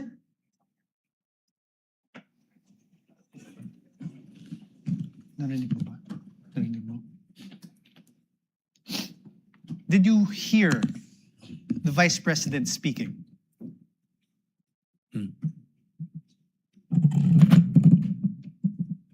I don't hear. Can you please play again? Mr. Calilong, you're reminded, please answer I don't hear, through sir. the microphone. Can you please play it again? MR ka, we let you go. So we filed our MR, they did not rule on it, but suddenly they were able to come out with an order ruling to transfer me to the Women's Correctional. Sabihin niyo, sinabi nila sa iyo. Diba sinabi nila? There. Did you hear that? There are sounds, but I can't distinguish the words. Can you play it again? Your Honor, asked and answered. What's the point? Okay, withdrawn, Your Honor. No further questions. No further question Are for we this done? witness. On cross, counsel, do you have redirect? Of course, Your Honor, please, for the utter failure I of was hoping you won't, but yes. for the please utter continue. failure of the respondent to Counsel, debunk. before I recognize counsel for the prosecutor, Your Honor, we Senator need to Judge strike- Tulfo Rafi is recognized. Your Honor, sorry, may I move to strike that statement of the Oh, prosecutor? how can it be, Your Honor? That's my manifestation. I'm about to answer the question of the presiding officer. We will review the journal tomorrow. I did not even hear anything Yes. that is strikeable, Yeah. counsel, but we will review the journal tomorrow. Your Honor, he said for the utter failure of the respondent. Yes, Your Honor, We take I said exception for to the that. utter failure of the respondent to debunk the material points See, testified to by the witness yesterday. Your Honor, I'm he not is yet done. testifying. I am yet not done either. He is I'm about to still answer the testifying. question. I'm not yet done with the answer. Counsels, please. The presiding officer has not recognized either of you. Thank you. Thank you. Kindly settle down. Senator Judge Rafi Tulfo is recognized. Thank you, Mr. Sir, you Presiding may Officer. proceed. Clarification naman po ito, Mr. Presiding Officer. Mr. Witness, what is your experience with regards to social media analytics? I have training, sir. What kind of training? I have cybercrime investigation training, sir. Okay. Are you familiar with Facebook, or do you have SOCMED accounts that would make you a little bit knowledgeable when it comes to SOCMED? Yes, sir. What is your account? What is your social media account? If I have any? an account in Facebook, Facebook. in Instagram, Okay. in X. X. So that means pretty much you're a little bit familiar with Facebook, right? Yes, Your Honor. Okay. There were concerns, Mr. Witness, whether the videos presented yesterday are AI generated or authentic. So are you experienced enough analyzing whether a video is AI generated or authentic? Yes, Your Honor. What makes you say that? Based on my experience, Your Honor, and the video itself, it's a 2 hours long. Normally, an AI-generated video will only last a short second, sir. So the video that was presented yesterday, where we saw the VP was saying something or talking to that effect. Did you do something, or what kind of system did you observe or follow to ensure whether that video was AI generated or authentic? Based on personal observation, sir. Personal observation. Yes, Your Honor. Okay, a few more questions. Therefore, will you be able to say that the video presented yesterday were AI generated or authentic? The video presented today is what it is being seen on the Facebook, sir. Okay. So based on your affidavit, you mentioned that the NBI subpoenaed some members of the media who are participants of the online press con on November 23, 2024, right? Yes, Your Honor. And subsequently, you said that you questioned and investigated these persons regarding the conduct of that press con. So based on what you gathered from your investigation, so I have a few questions, right? Yes, Your Honor. Who set up the press conference? Based on our interview, sir, it is the Office of the Vice President, sir. So it wasn't spur of the moment? Press con? I can't confirm, sir, but it's the response of the media personnel that we interviewed. Okay, who invited the participants? If my memory serves me right, it's JC Kainihinan, sir. Okay. Who is JC? Staff of the Office of the Vice President, sir. Okay. Who are the participants? And how many participants were there, if you can remember? As far as I remember, it's at least 40. 40. Okay. Were there mainstream media or anybody from the broadsheets at that time? There are, sir. There were. Yes, sir. Do you know how many? Approximately, give or take? We have the one that we have issued subpoena, sir. At least 6, sir. 6. Okay. What was the reach of the video on that very day? Like how many views on that very day, and then a few days later? Were you able to observe that?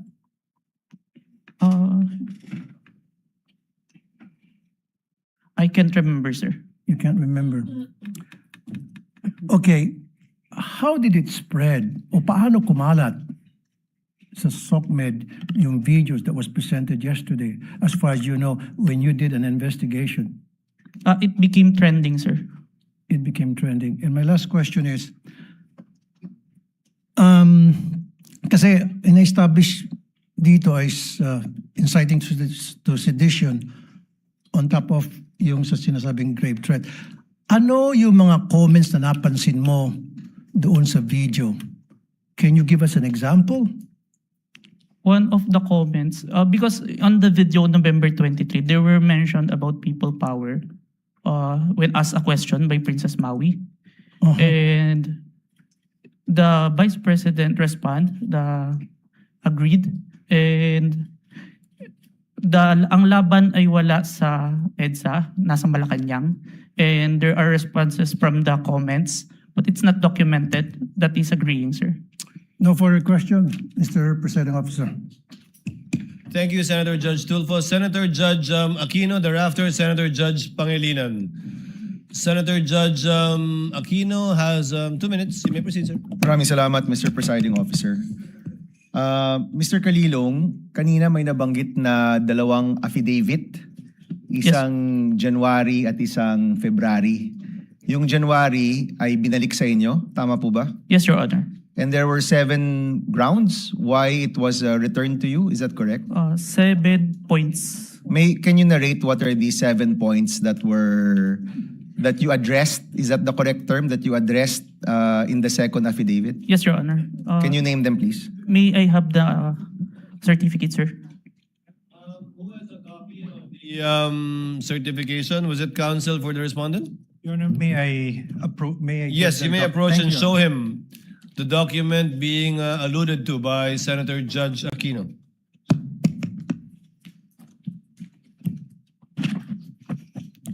Note 1. There is no affidavit of the person who recorded the video entitled BP November 23 Press Con at Batasan through Open Broadcast Super Studio and in turn stored in the DVD. Number 2. The press briefing conducted on October 18, 2024 was not recorded and or stored in DVD, and there was no TSN of the said briefing and the necessary affidavit of the person taking the TSN. Number 3, Annex I and K DVD with markings NBI-CCN-C-24-12436-2 and NBI-CCN-C-24-12436-2 were not accompanied by an affidavit of the recorder and the TSN. Number 4, Annex L did not indicate who made the TSN. There was also no affidavit of the person who made the TSN. Number 5, The affidavit of what Patricia Morales mentioned that she stored the footage in a USB and submitted to the NBI. However, there was no USB attached to the complaint. Only DVD was attached. There was no detail regarding the content of this DVD. Number 6, only the minutes of meeting with several personalities and representative from various media outfits were submitted. Although the minutes were signed, there was no individual affidavit executed regarding to the contents of the said minutes. Number 7, one of the elements of crime of grave threat is that the offender threatens another with the infliction upon the latter's person, honor, and property, or upon that of the latter's family, or if the wrong amounting into a crime. In the instant complaint, only the NBI executed an affidavit and there was no participation on the part of the offended party, as it appears in the NBI is not the offended party of the crime of grave threat. Okay, so nakuha mo yung nag-submit kayo, yan yung binalik sa inyo, and then you did your best to correct all those items, is that correct? Yes, Your Honor. Okay, the first 6 are technical, no? Yes, Your Yung Honor. panghuli is a matter of who is the offended party. Yes, Your Honor.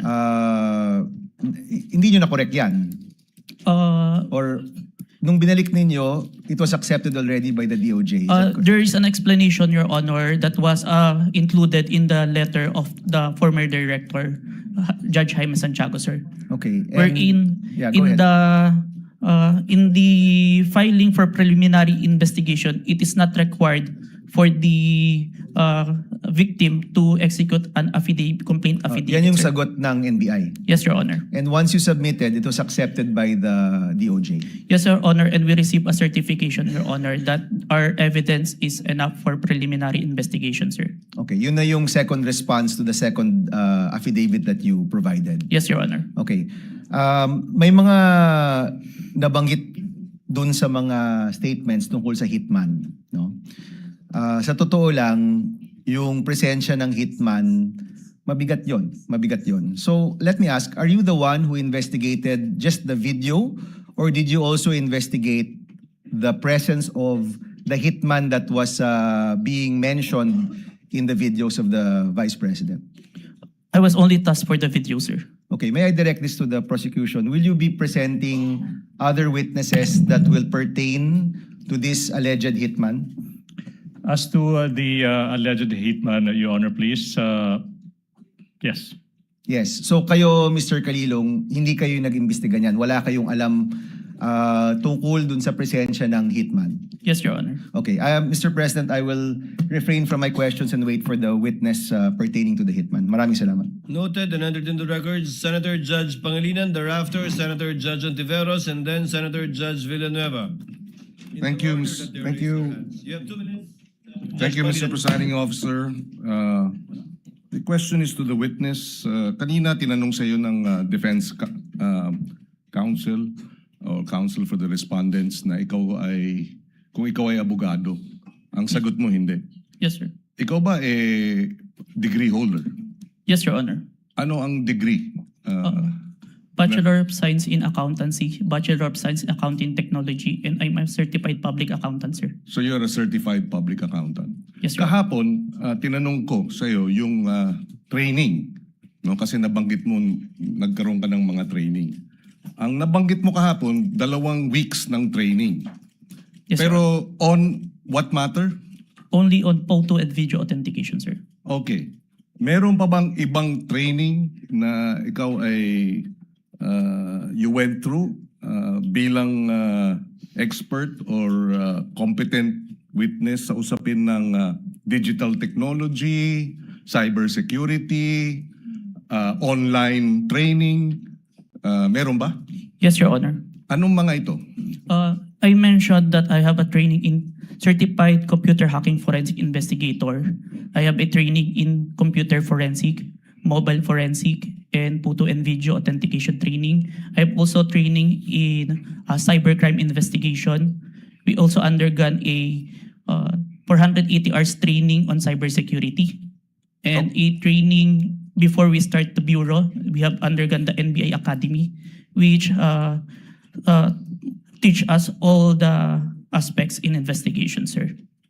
Okay, and siguro last question. Ang training na ito, puro local ba o meron ding training sa ibang bansa? I have an international, sir, recently. Ano yan? It's a training in Strasbourg. Okay. The name of the training is...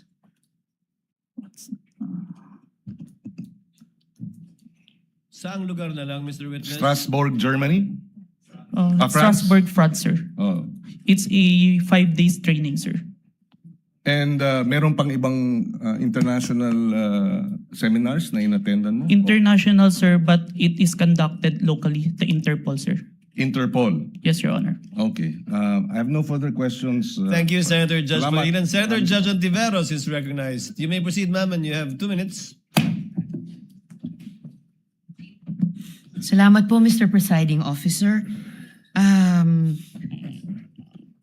Para sa Counsel for the Defense, Mr. Presiding Officer, just for clarity, ano pong relevance nung video na ipinakita ni Attorney Zuleika Lopez?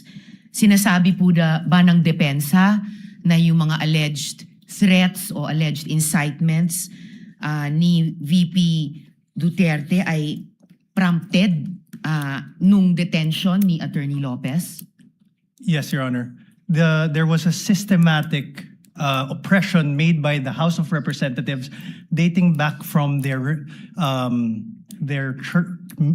even before their mini trial, Your Honor. The committee headed by Representative Joel Chua began investigating the Vice President and her people, even when Attorney Zuleika Lopez was being interviewed by the House Committee of Quadcom Committee, Your Honor.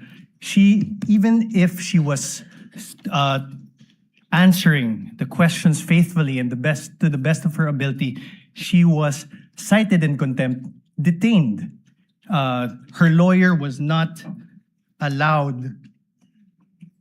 Her lawyer was not allowed to be with her when they were trying to detain her in the Women's Correctional Facility, Your Honor.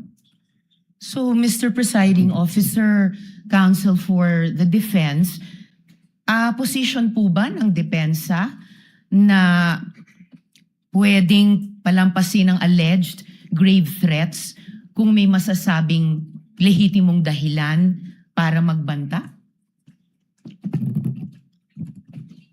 Your Honor, that is not the point. No. Mr. Presiding Officer, I am making a point through my question and I am asking the good counsel for the defense dahil sinabi nila there was a systematic oppression that yes, yan po ang nag-prompt nung alleged grave threats and alleged incitements ng Vice President na prompt po ng detention ni Attorney Lopez na kanyang inilarawan sa ipinakitang video kanina. Kaya itinatanong ko kung yan ba ang posisyon ng depensa na pwedeng okay lang or pwedeng tanggapin ang grave threats kung may masasabing lehitimong dahilan para magbanta. Yes, Your Honor. Before counsel Yes, for Mr. Presiding responded answers, although he already answered in the affirmative, No, Your Honor. I was just referring to before. we'd like to remind the senator judges to be cautious in making counsels for either party make conclusions of law and fact instead of presenting evidence through a witness they will present or through direct, cross, redirect, or recross. Because if he answers Senator Judge Ontiveros, that would effectively place on record a conclusion of fact and law, not drawn from a witness, which they can very well do so during their closing remarks. And when I allow him to speak by way of repartee to the peroration yesterday and discussion yesterday by counsel for the prosecution. But other than that, as agreed with some of the senator judges, we would try to limit the answers of the counsels for the parties. With your indulgence, Senator Judge Ontiveros, please. I submit, Mr. Presiding Officer, may I just in closing make of record that I also appreciated and also submitted to the ruling of the presiding officer yesterday because I appreciated that it partook of the history of impeachment proceedings in this court, pinag-aralan ko rin po ng maigi ang mga nakaraang mga impeachment trials at di hamak na pati noon naging liberal ang pagpapahintulot nila sa mga katanungan ng mga senator judges para lang mas maliwanagan ang iba't ibang punto. So I again thank the good presiding officer and again reiterate my submission to his ruling and thank the good counsel for the defense for his response. We thank Senator Antiveros for indulgence and understanding. Senator Villanueva. And thereafter, Senate President Gatchalian. You may proceed, sir. You have 2 minutes. Thank you, Mr. President, Mr. Presiding Officer. May I just point out something to the witness? Mr. President, Your Honors, the witness mentioned yesterday that reported statements of the Vice President were referred to the Presidential Security Command and evaluated in coordination with the National Security Council. Just to assist the court in evaluating the relevance and weight of the government security response in determining whether the respondent's conduct constitutes an impeachable offense.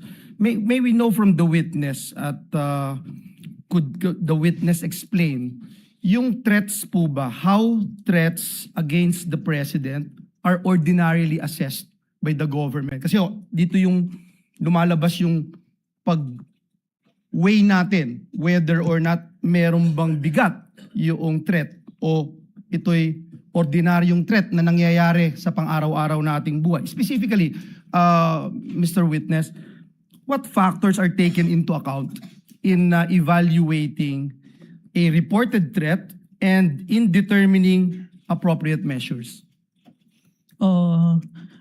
I can't answer on the part of the NSC or TNO because I'm not part of the institution. In your in your capacity as an In my agent? capacity, Yes.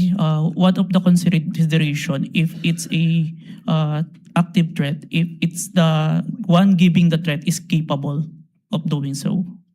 Meaning, If we have someone high-ranking officials, and if you say an hierarchy and official, have a capability or power over to implement those such threat, it is considered, sir. example, a mayor, perhaps? Would you say a high-ranking official? A congressman? Not- Or yung basihan po ng kanyang threat. Kunyari, ang threat ko, dadalhin kita doon sa buwan. Wala naman akong space shuttle. So, wala din pong bearing yon. Is that the correct assumption? Not only, sir, but also how it was delivered, sir. Like what was mentioned in that I mentioned previously, it was mentioned that no joke, no joke. It's a serious. So that is the One of the considerations, that's sir. the consideration. Thank you very much. And lastly, Mr. Witness, you made mention na submit mo sa DOJ nung January 30. Is it the same affidavit that you submitted to the HOR? The one that submitted to the HOR is the affidavit dated February, sir. So that's the latest. Yes, sir. The one that complied with the requirements of the DOJ, sir. Thank you very much for that clarification. Thank you, Mr. President. Thank you, Senator Villanueva. Before I recognize Senate President Gatchalian and thereafter Senator Erwin Tulfo, may I remind Attorney Narvasa that your 5 minutes, you'll be given your 5 minutes after the questions of the senator judges and before we recognize the counsel for the prosecutor for his redirect. Senate President Gatchalian is recognized. you, You may Honor. proceed, sir. You have 2 minutes. Thank you, Mr. May I be Presiding clarified? Officer. I believe that we would do it after recross. So You it's- want? I heard cross. Sorry, After Your we Honor. cross. Yes, Your Honor. Thank you, Your Honor. Better for us. Yes, Your Honor. Thank you, Mr. Presiding Officer. I just have a few questions, clarificatory questions. Narinig ko ho kanina ginong testigo na nasabi niyo may 40 media personalities doon sa press con. Tama po ba? Yes, Your Honor. Pero ang inyong inimbitahan, 6 lang. Yes, Your Honor. Bakit 6 lang? The 40, we see the number of participants, but the number of person who asked the Vice President during that time, it's limited. And we consider who we sure that is present during that time, Your Honor. Meron bang kayong criteria kung paano pipiliin itong mga media personalities or kung sino lang ang nagtanong. Kasi kahit hindi ka naman magtatanong, nandoon ka naman, naririnig mo yung mga diskusyon, meron ba kayong mga criteria kung paano pumipili ng media personalities? Yung sure po namin na present during that time. Kasi kapag hindi po kasi kayo nagtanong, hindi po magpa-pop up yung mukha nyo tsaka yung pangalan nyo. Okay. At itong mga anim na sinupinan ninyo, ano yung kanyang common statement na ibinigay? Kinonfirm po nila na present sila during the November 23, 2024 press conference, and yung utterance po ni Vice President narinig po nila. Okay, I believe ilan dito sa mga personalities ay ipapatawag rin. So tatalon ako sa ibang topic. Nakita ko kanina itong tungkol sa Max Core Interventures at nakita ko kanina pinakita yung Articles of Incorporation. Mukha siyang supplier ng equipment. Ngayon, nasabi rin na doon ka nag-training for 2 weeks. Sino nagbayad ng training? Sir, the training is included in the procurement of digital forensic tools. In the procurement document, ni-require po si MaxCore na mag-provide po ng training included in the equipment, sir. Yung paggamit ng equipment. Tsaka yung yung process po ng digital forensic as a whole. Yung kanya lang pag sila ba ay 'di ba sa mga IT, let's say Oracle, alam natin kilala yan pagdating sa IT. Si MaxCore ba ay kilala pagdating sa digital forensic training? Kasi pag nakita ko kanina talagang supplier sila, but are they a well-known or internationally renowned training organization? It's not the MaxCore itself, but it's the trainer that they provide, sir, that is capable in training us, sir.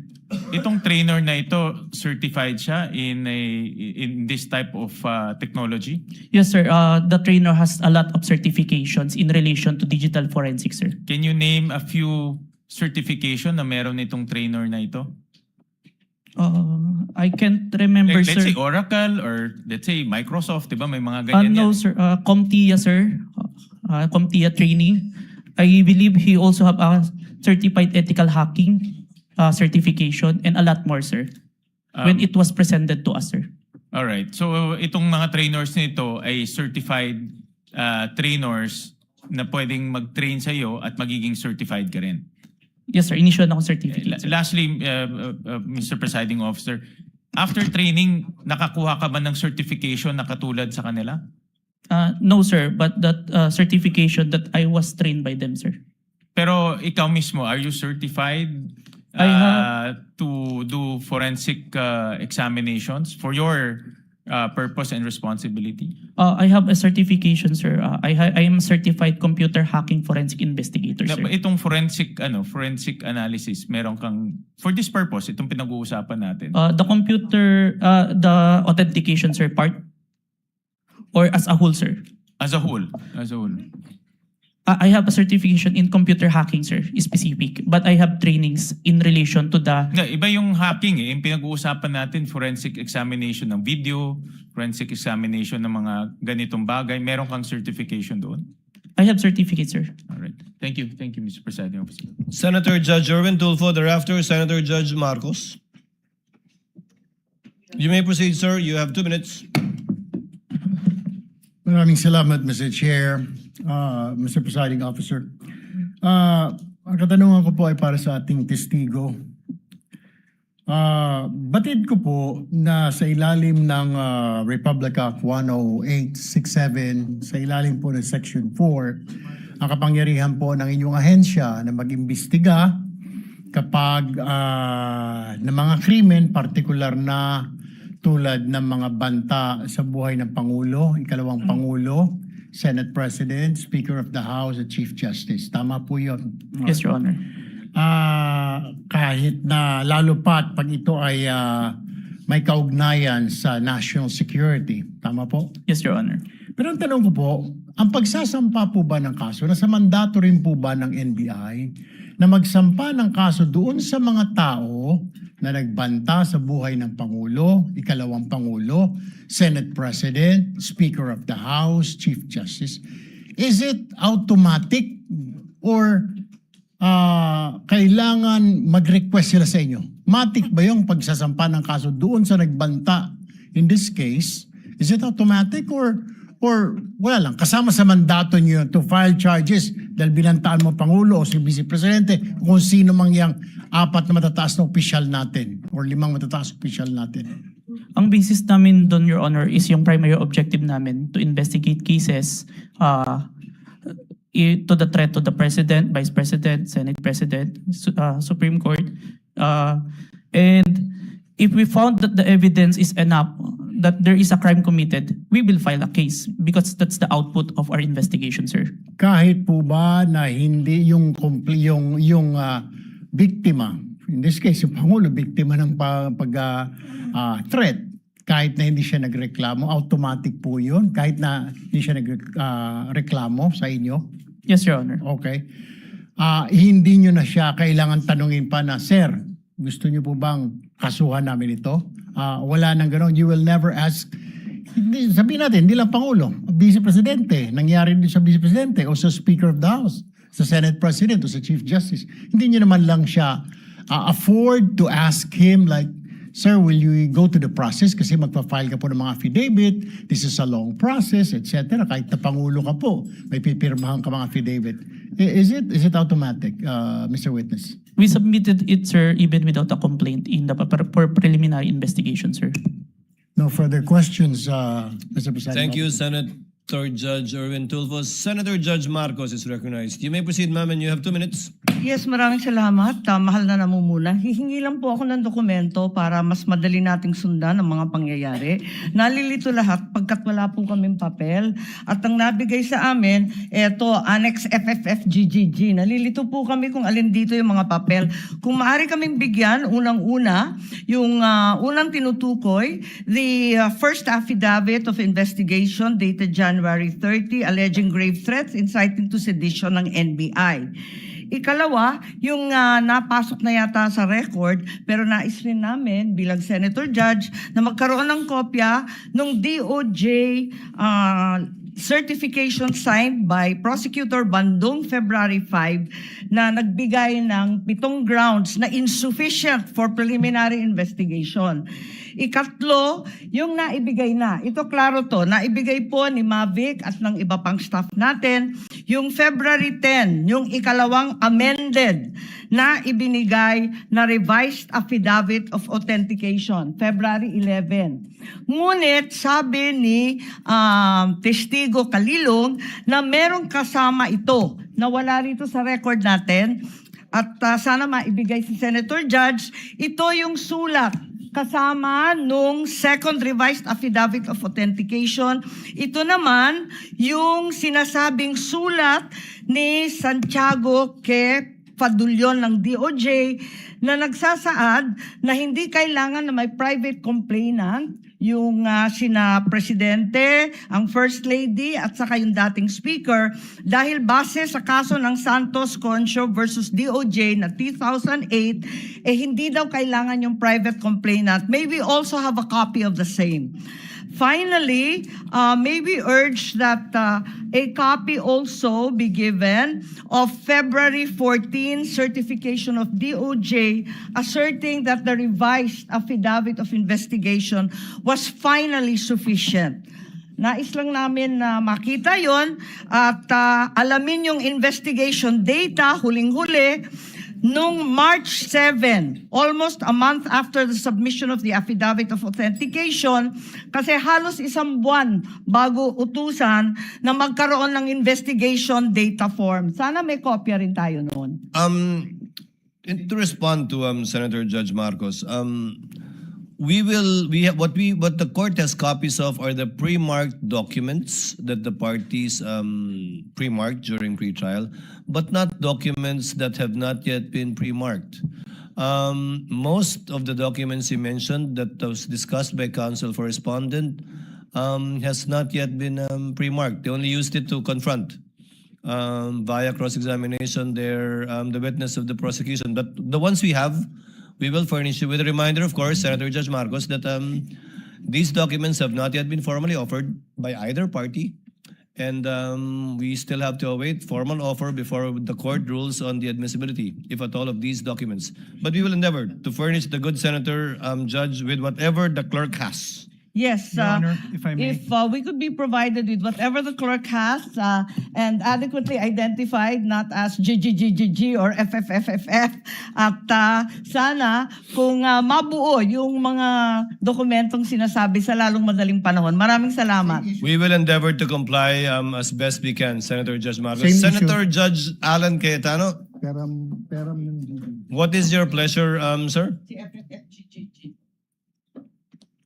Mr. President and Mr. Presiding Officer, before I ask to be allowed to ask a question, can I just follow up yung kay Senator Marcos, including the ruling yesterday?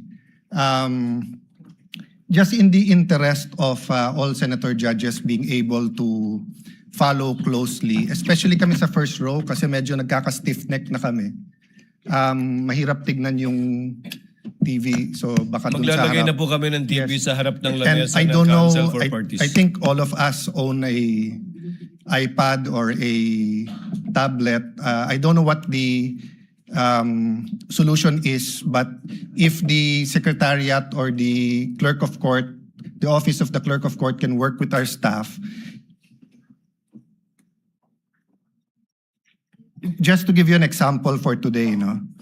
If you look at the impeachment complaint on page 19, for example, it says that the affidavit we're looking for kanina,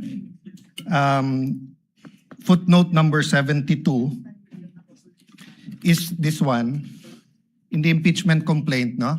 It's found on Annex G. Okay, so this is Annex G. If you look at Annex G, it is a certification, not an affidavit. Okay. So where do you find the affidavit mentioned in the impeachment complaint? You actually find it in Volume 14, Annex FFFFFFF-GGGGGGGG. So before I can even That's not say dash, that, that's FFFFFFF to GGGGGG. yes. So even before we finish saying that, Your Honor, Mr. Presiding Judge, medyo mahirap. To further complicate, the annexes when delivered to us was labeled annexes. And then when it was pre-marked, iba na yung marking. That is correct. Okay. So to clarify, I'm not asking both the prosecution and defense to give us any documents in advance that will prejudice their presentation or the rebuttal. I do understand that it has to be offered, but to speed things up and to make sure we understand, in the same manner that they're asking the witness to examine it, maybe we can be given a copy to examine at the same time, whether digital or actual copy. I don't want to impose upon them to print 24 copies. But again, anyway, it's Wednesday. We have Thursday, Friday, Saturday, Sunday for our staff and the clerk of court to meet. I think we already have a solution for you, Senator Judge Cayetano, as well as for Senator Judge Marcos. We will be furnishing the parties either via soft copy to your respective iPads or laptops, or we will enter their official emails as well.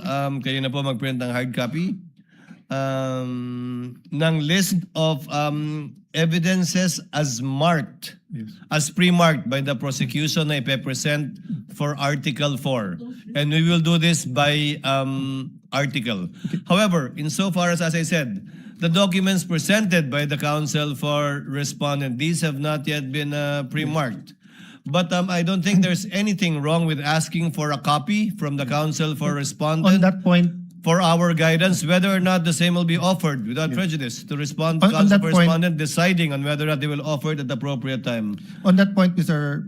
Presiding Officer, even if it's pre-marked, if it will prejudice their presentation, I don't mind it be given in real time.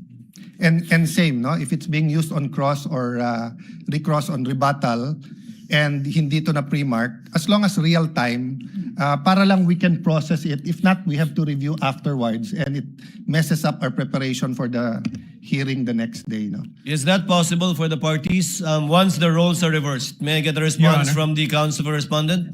Your Honor, first we'll clarify, everything that was showed today was pre-marked by the respondent. That's not my understanding because the DOJ letter you pre-marked is different from the DOJ letter that we have pre-marked. But we'll verify. So everything was pre-marked? Yes, Your Honor. But you presented a document that was not pre-marked either by the prosecution or the defense. Walang marking eh. I presented all that. So if it was pre-marked, it's our lookout, then then there's no problem furnishing the senator judges with a copy of the same. We have no problem with that, Your Honor. Senator Judge Alan Cayetano's concern has no basis if it was all pre-marked. Apparently, it was our oversight. Yes. Counsel for the prosecutors, would that be possible? Yes. To furnish it? I think what counsel for respondent did earlier helped us out a lot. Plastering it on the screens, whatever affidavit you were presenting. I think counsel for the prosecutors should do the same. Yes, Hindi naman Mr. bawal Presiding Officer. magkopyahan dito eh. Okay lang. Senator Judge Cayetano? Thank you. Yeah, and just to clarify, the 2 minutes is the question, not including Yes, the yes, of answer. course. No? You have 2 minutes if you want to if start they- with asking questions. Yes, if they ask to repeat the question, please don't count that. No, 2 minutes is long with short questions, but many of us want to get to the bottom of it, end up only asking 1 or 2 questions. So just a little bit liberality. We will be lenient, Yes. Thank you. Senator Judge Thank Alan you very much. Cayetano. You Appreciate may it. proceed, sir. You have 2 minutes. A question for the witness, and maybe to put all of us in check, I don't mind if any of the counsel says na medyo hindi maayos yung question. I mean, given what happened yesterday and today, and there are questions that could prejudice the case either way. As long as we call each other out respectfully, to the both counsels, you cannot correct a senator judge, but I don't mind if you think it prejudices. That's your duty to your client. Yes, sir. So this isn't the start of the 2 minutes yet. Sa magandang hapon, Mr. Witness. Good afternoon, Your Honor. Medyo mahaba na yung pag-upo mo dyan, but allow me a few questions. No? Yung circumstance lang, so paano nagsimula yung investigasyon na na-involve ka? Were you from the start o hindi? At written instructions ba to? O sinabi, oy, may investigasyon tayo. Just konting clarity, paano na-umpisa yung specific investigation? And was it based on the November 3 video? Tama ba? November 23, Your Honor. Okay. It all started, I received a phone call, sir, from my executive officer that there is a video wherein there is a statement given by the Vice President, which is classified as threat, and I was tasked and assigned to investigate the case, sir. Okay. So basically, ganun yung pagkasabi, na I'm tasking you to look at the video, investigate. Yes, Your Honor. Were you working alone or with a group? With a group, Your Honor. NBI group? Yes, Your Honor. And was this, is there an interagency also or just purely NBI? Don't have personal knowledge. Maybe our chief, sir, has the Okay. knowledge on that, sir. Yes. No, that's all I asked for naman, yung personal knowledge. Yes, Your Honor. So pakiulit mo yung sinabing, how exactly sinabi sa'yo na tignan mo yung video, imbestigahan mo, or may statement? So, to be specific, sir, as far as I remember, may statement si Vice President regarding the November 23 press conference na kung saan may pagbabanta na naganap, pakiimbestigahan. pakiimbestigahan. So ganun ka general. May Yes po. pagbabantang naganap, pakiimbestigahan. Yes po. And you proceeded by watching the video. Yes, Your Honor. And when you watched the video, you got to the part na may pagbabanta. No, Your Honor. I first don't know which part of that. So you watched the whole video, of course. First, the clippings, Your Honor. Okay.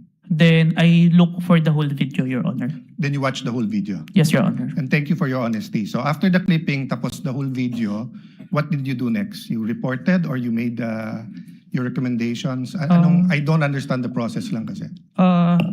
Upon identifying the whole video, I informed my executive officer that I identified the video, Your Honor. And then yung sinabi mo yesterday, then you started looking for patterns. That's why you looked at yung dating mga video ni Vice President. Yes, Your Honor. So you started investigating the threat against the President, the First Lady, and the former Speaker of the House. Yes, Your Honor. Did you investigate the threat against the Vice President? We tried, Your Honor. How did you try? It is included in our letter to the Vice President, Your Honor. That's why we're inviting her to proceed to our office to investigate the threats to her life, Your Honor. How about the vlogger who asked her about Oplan or whatever they call that Romanov? Did you invite them? Yes, Your Honor. And did they testify? The Princess Maui did not appear, Your Honor. Did not appear. Did you also look for previous videos that are threatening to the Vice President? We look on the Romanov part, Your Honor. Okay. But we identify a different person who first mentioned the Romanov, Your Honor. Did you coordinate with the PSG? I have no personal knowledge, Your Honor. You yourself? Yes, Your Honor. Maybe our chief, Your Honor. Yeah. But you are aware that the primary responsibility of protecting both the President and the Vice President is the PSG? Yes, Your Honor. So isn't it fair to say that any investigation against a threat to the first family, the President, or the Vice President, you would normally ask the PSG if they received any threat? I have no personal knowledge, Your Honor. No, I'm asking, hindi ba normal sa investigation kung sino yung primary agency na taga-protekta na lumalaban dun sa threat ay tatanungin natin? Yes, Your Honor. So bakit hindi tinanong ng NBI ang PSG? Or in your case, why didn't you ask the PSG? Maybe it can be answered by a chief, Your Honor. No, I'm not. I will ask your chief also. I'm asking you, when they said, look at this, you looked at other videos, you tried to get Princess Maui, you tried to get the Vice President, but you didn't contact the PSG for the First Lady, for the President, and for all you know, the PSG will tell you right there and there, the threat is real, or the PSG will say, politika lang yan. Diba? Both the Vice President and the President are protected by the PSG. So why wasn't so nakalimutan lang or wala sa procedure nyo or? Your Honor, there is already a statement from the National Security Council, Your Honor, that it is an active threat, Your Honor. That's why we start investigation. Yes, and the primary group that will know if it's an active threat is the PSG. So if this was the United States, it will be the Secret Service. So whether the FBI or the CIA, state troopers, the federal marshals, kung sino man mag-iimbestiga, parati nilang tatanungin yung Secret Service. So I'm just curious why we did not ask the PSG input. Kindly wind up, Senator Cayetano. Senator Okay. Judge Cayetano. So my last question is, how did you characterize the threat of the Vice President to the President? Given that ang exact words niya, huwag kang mag-alala ma'am sa security ko kasi may kinausap na akong tao, sinabi ko sa kanya, kapag pinatay ako. So that'll be fair to you and not vague, no? Did that phrase, kapag pinatay ako, have any bearing in your investigation? Yes, Your Honor. And what was that bearing or thoughts in your mind? First of all po, dun sa statement, may nakausap na po.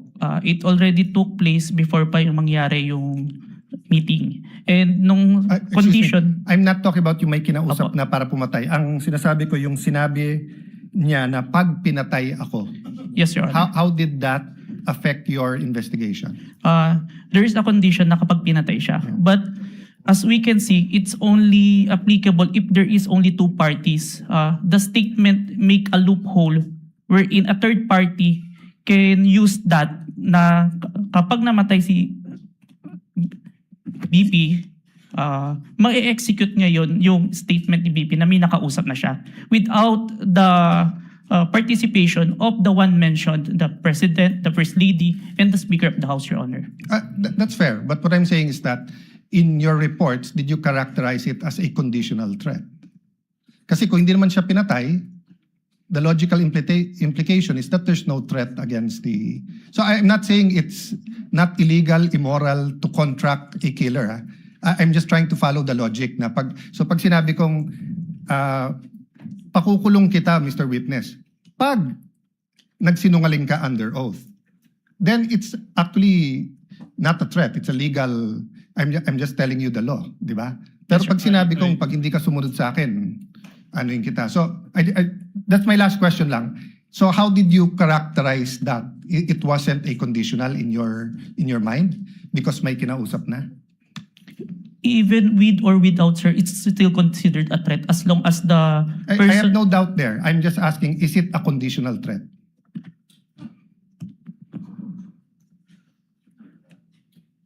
Based on our affidavit, sir, I believe it's conditional, which... Based in your affidavit? Affidavit. But your initial assessment, yung personal mo as an investigator, this is an investigation of the whole NBI, but yung personal mo? The threat is absolute, sir. Okay. Thank you, Mr. President. Thank you. Thank you, Senator Judge Cayetano. Yeah. We now proceed. Senator Judge Padilla is recognized. Maraming salamat po. Thereafter, Senator Judge Zubiri. Maraming Senator salamat Judge po. Padilla, you have 2 minutes. Opo. Nais ko lamang po magtanong sa ating saksi. Ginoong saksi, kanina po kasi habang nagkakaroon ng pagdinig, ako po'y laging iistorbo dahil tuwing may itatanong, mag-u-object, medyo magulo po eh. Pwede po bang sagutin po ninyo ako dahil noong pong February 5, ang sabi po dito ay insufficient po yung na hindi dapat makarating na sa preliminary investigation. Tama po ba? February 5 po yun? May certification, sir. Yes po. Opo. Tapos nung February 14, naging sufficient na for conduct of preliminary investigation. Nasagot po ba yung 7 na sinabi dito na para, ang sinasabi po kasi dito nung February 5, merong 7 na kulang. I believe so, sir. That's why we have received a certification, sir. Ayun. Kasi po, parang narinig ko kanina, hindi po naibigay yung original copy nung sinagawang interview kay Vice President Sara Duterte. Yung original po, na kopya, kung sino po yung nag-record. Wala po kayong affidavit? Meron po ba kayong affidavit na nakuha nyo? Yes, sir. Ako po yung ang inire-request po ng DOJ dyan is affidavit po nung nag-screen record, which is my affidavit, Your Honor. Meron po siyang affidavit? Ako, sir. Ako po yung nag-execute, sir. Kasi hindi po yung mismong tao? Yes po. Ang hinihingi po kasi ni DOJ is kung sino yung nag-screen record through OBS, sir. Hindi po yung mismong tao? Yes, Your Honor. Kayo lang po yung nag-affidavit? Yes, Your Honor. Pero meron po kayong ng pagkakataon ba na nakausap niyo yung tao at nagbigay siya ng affidavit?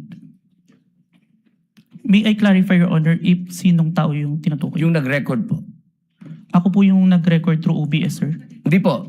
Yung mismong nag-record po kay Inday sa Vice President. Nakausap niyo po ba? Yung raw file po. Kasi napakahalaga po nun. Kasi doon po natin malalaman kung original ba o hindi. The video itself, sir, is publicly available. That's why I performed the recording, sir. Opo. Pakisagot na lang po, mahal na saksi, kung nakuha niyo po ba yung original. Yung original, hindi po yung galing sa internet. The original, no, sir. Yun lamang po. Maraming salamat po. Thank you, Senator Judge Padilla. Senator Judge Zubiri, you are recognized, sir. You have 2 minutes. Maraming salamat to our presiding officer. Magandang hapon po, Sir Witness. Good afternoon, Your Honor. Afternoon. Gusto ko lang magtanong, clarificatory questions lang po ito. Dito ba sa ating bansa, dahil tinatanong ko po ito sa inyo, dahil kayo po investigating body, sa ating bansa, meron bang specific law pagdating sa mga banta sa Pangulo, Pangalawang Pangulo at kanyang mga successors? Or yan ba'y pasok lang sa grave threats, which is applied sa lahat? Applicable sa lahat ng tao? Based on my personal knowledge, sir, it's only on the grave threat, Your Honor. which is applied to everyone, if I'm not mistaken. No? Kasi sa batas sa Amerika, sa Estados Unidos, meron pong tinatawag na number 18 under the United States Code, Section 871. There is a specific law na pinagbabawal po itong mga threats to the president, vice president, and its successors. May jail time po ito at may fine na malaki. As a matter of fact, dito sa panahon ni Pangulong Trump, marami na po silang kinasuhan at hinabla at napasok sa kulungan dahil sa paglabag nitong batas na ito. At Secret Service po ang sumasagawa ng investigasyon. Sa atin ba dito, ang NBI ba ang nabigyan po ng kapangyarihan para gawin itong investigasyon under your new NBI code?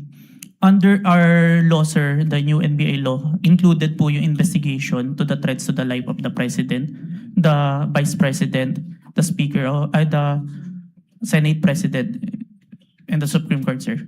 So, klaro na kayo, nasa kapangyarihan ninyo. Kasi hindi pwede sa Presidential Security Group. Hindi katulad sa Estados Unidos, yung Secret Service ang talagang nanguhuli at nag-imbestiga. Sa atin dito sa Pilipinas, ang NBI po ang nangunguna sa investigasyon. Tama po ba yan o mali? It is within our law, sir. Okay.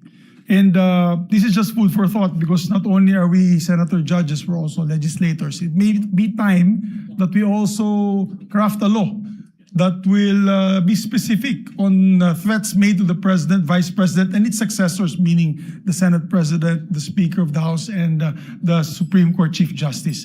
Sa Amerika kasi, sa batas po nila, and I'll just wrap up, the defendant, to secure conviction, the defendant communicated a threat. The defendant understood and intended the statement as a true threat. Di po niya sinabi joke only in the end. And pangatlo, the defendant knowingly and willfully makes the threat. So just food for thought as legislators as well. So maraming salamat po, Mr. President. Thank you, Senator Judge Zubiri. We now proceed to where we left off. I believe that was the redirect of the counsel for the prosecutor. Just out of curiosity, without any pressure, because I promised I would declare a break somewhere in between, depending on how long your director and recross would be, I can call the break after the recross and the statement of the counsel for respondent, so that we break on a good point before we call on the last witness for today. Yes, counsel for the prosecutors. As to the question, if the prosecution will do the direct examination. The redirect. Kung mahaba-haba Sorry, pa the yung redirect examination after the cross-examination of the defense. The prosecution decides not to conduct a redirect, Your Honor, please. Thank you, counsel for the prosecutor. Counsel for the respondent, do you want to begin to utilize your time now? Your Honor, I will turn over the mic to my co-counsel. He will also be the cross-examiner for the next witness. But Your Honor, please, sorry. May I make a manifestation, Your Honor, please, before we proceed, Your Honor, please? A manifestation as to the In statement. connection with what, counsel for the prosecutors? As to the manifestation earlier that all the documents that were confronted, that were Yes. presented to the witness, I believe that the defense said that all those exhibits were pre-marked. But based on our records, Your Honor, please, and then I hope the defense will clarify this for the record. We perused the documents and we don't see that the articles of partnership and the screenshots of the websites that were presented earlier, based on our tally, based on our records, these were not pre-marked, contrary to what the defense manifested. So we would like to seek clarification from the defense. That is correct, Your Honor. Those three documents were not Noted pre-marked. and entered into the records. Thank you so much. Given that there is no redirect and recross, counsel, can you state for the record your name? Good afternoon, Your Honors. I am Mark Sivinluan for the Vice President. Sir, you're aware of the situation. Time was given to the counsel for the prosecutors to make a discussion about whether or not Article 4, the acts alleged in Article 4 constitute an impeachable offense. You have the same time of 4 minutes and 26 minutes, which will round. Before I allow you to continue, kawawa naman si Mr. Calilong. Mr. Witness, Mr. Calilong, Senator Judge Lacson, before we excuse.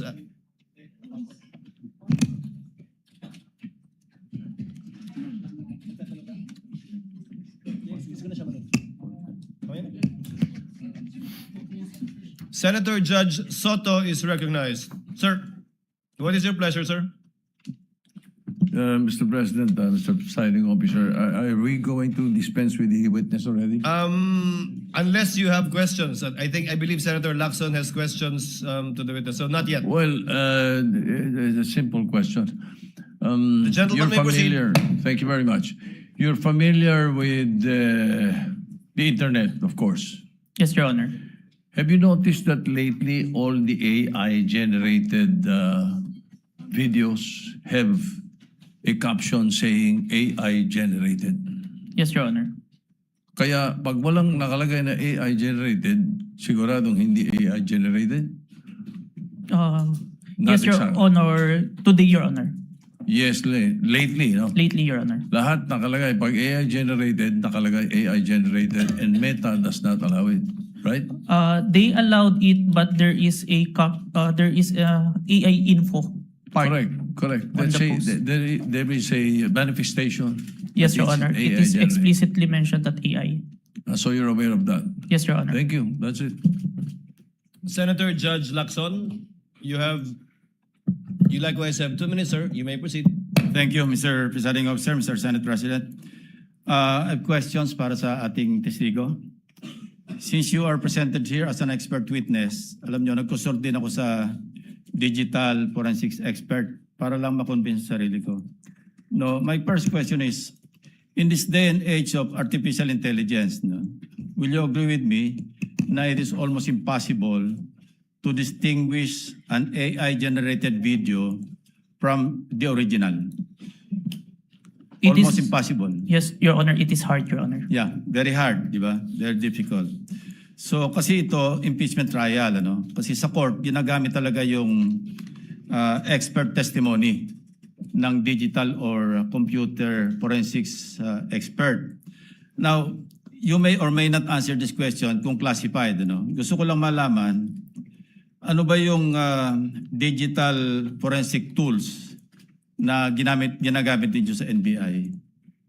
Currently, I'm not familiar. But during the time na nandun po ako sa Digital Forensic Laboratory Division, meron kaming N-Case Forensic, Celebrite, and Amped Authenticate, sir. Amped Authenticate, sir. Ang balita ko, yung AMP 5 or AMP Authenticate. di ba? Amped Authenticate, sir. Ito yung ginagamit ninyo. Ito, capable ito na magsagawa ng reverse image, photo or video, di ba? Yes, Your Honor. Okay. Ito ba yung ginamit mo? For this part, Your Honor, the OBS only, Your Honor. Bakit hindi nyo ginamit ito? The duration is too large, Your Honor, the 2 hours. And the Amped Authenticate can only detect if there is a inconsistent FPS, Your Honor. Yeah, kaya ko tinanong yon dahil una maraming para mag-adhere na magamit sa korte, no? Likewise sa impeachment court. May mga requirements, di ba? Sinabi mo kasi meron kayong open source, di ba? Yes, Pero Your Honor. ang pinaka-importante yung chain of custody, of course, yung provenance. Yes, Your Honor. Yung original na pinanggalingan. Yes, Your Honor. Ang sabi mo, pinanggalingan lang Facebook. The Facebook was captured, Your Honor. So, hindi yun ang original, di ba? The screen recording is the original itself as to my authentication, sir. Yeah, and you can attest sa authenticity ng video. Yes, Your Honor. In spite of not being or not having originated from the original.